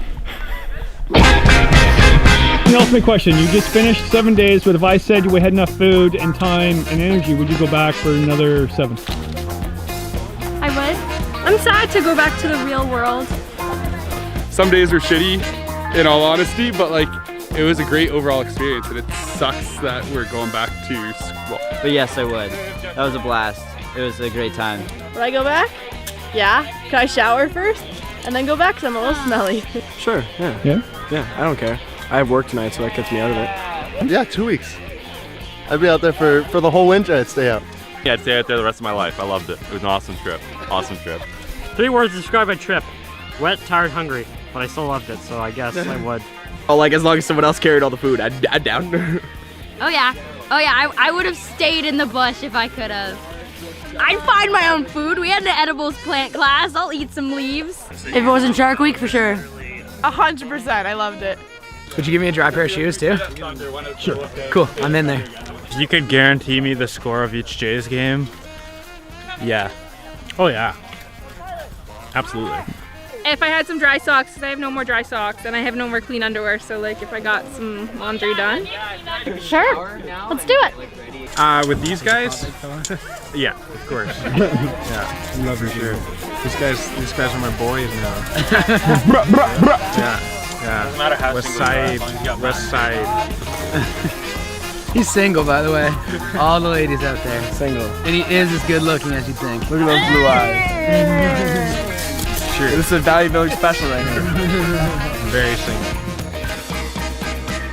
Well, it sounds like we're drifting towards the end. And I'd like to thank everybody for committing to be here. I know you folks in the Netherlands, it's about midnight. So thanks for joining us. Kevin, as always, you did a fantastic job of bringing us together. You told us stories. You made us tell stories. You reinforced that we actually know something. We do have experiences. We can build on it. And we thank you for kind of bringing all of us out of our shells and seeing our own strengths, and even more important, what we need to work on. And it's a talent to get all of us to look at ourselves that way, and also to learn from each other. And we really appreciate the opportunity. What a wonderful group of people. I wish we could all go hang out together right now. It's like we're around a campfire.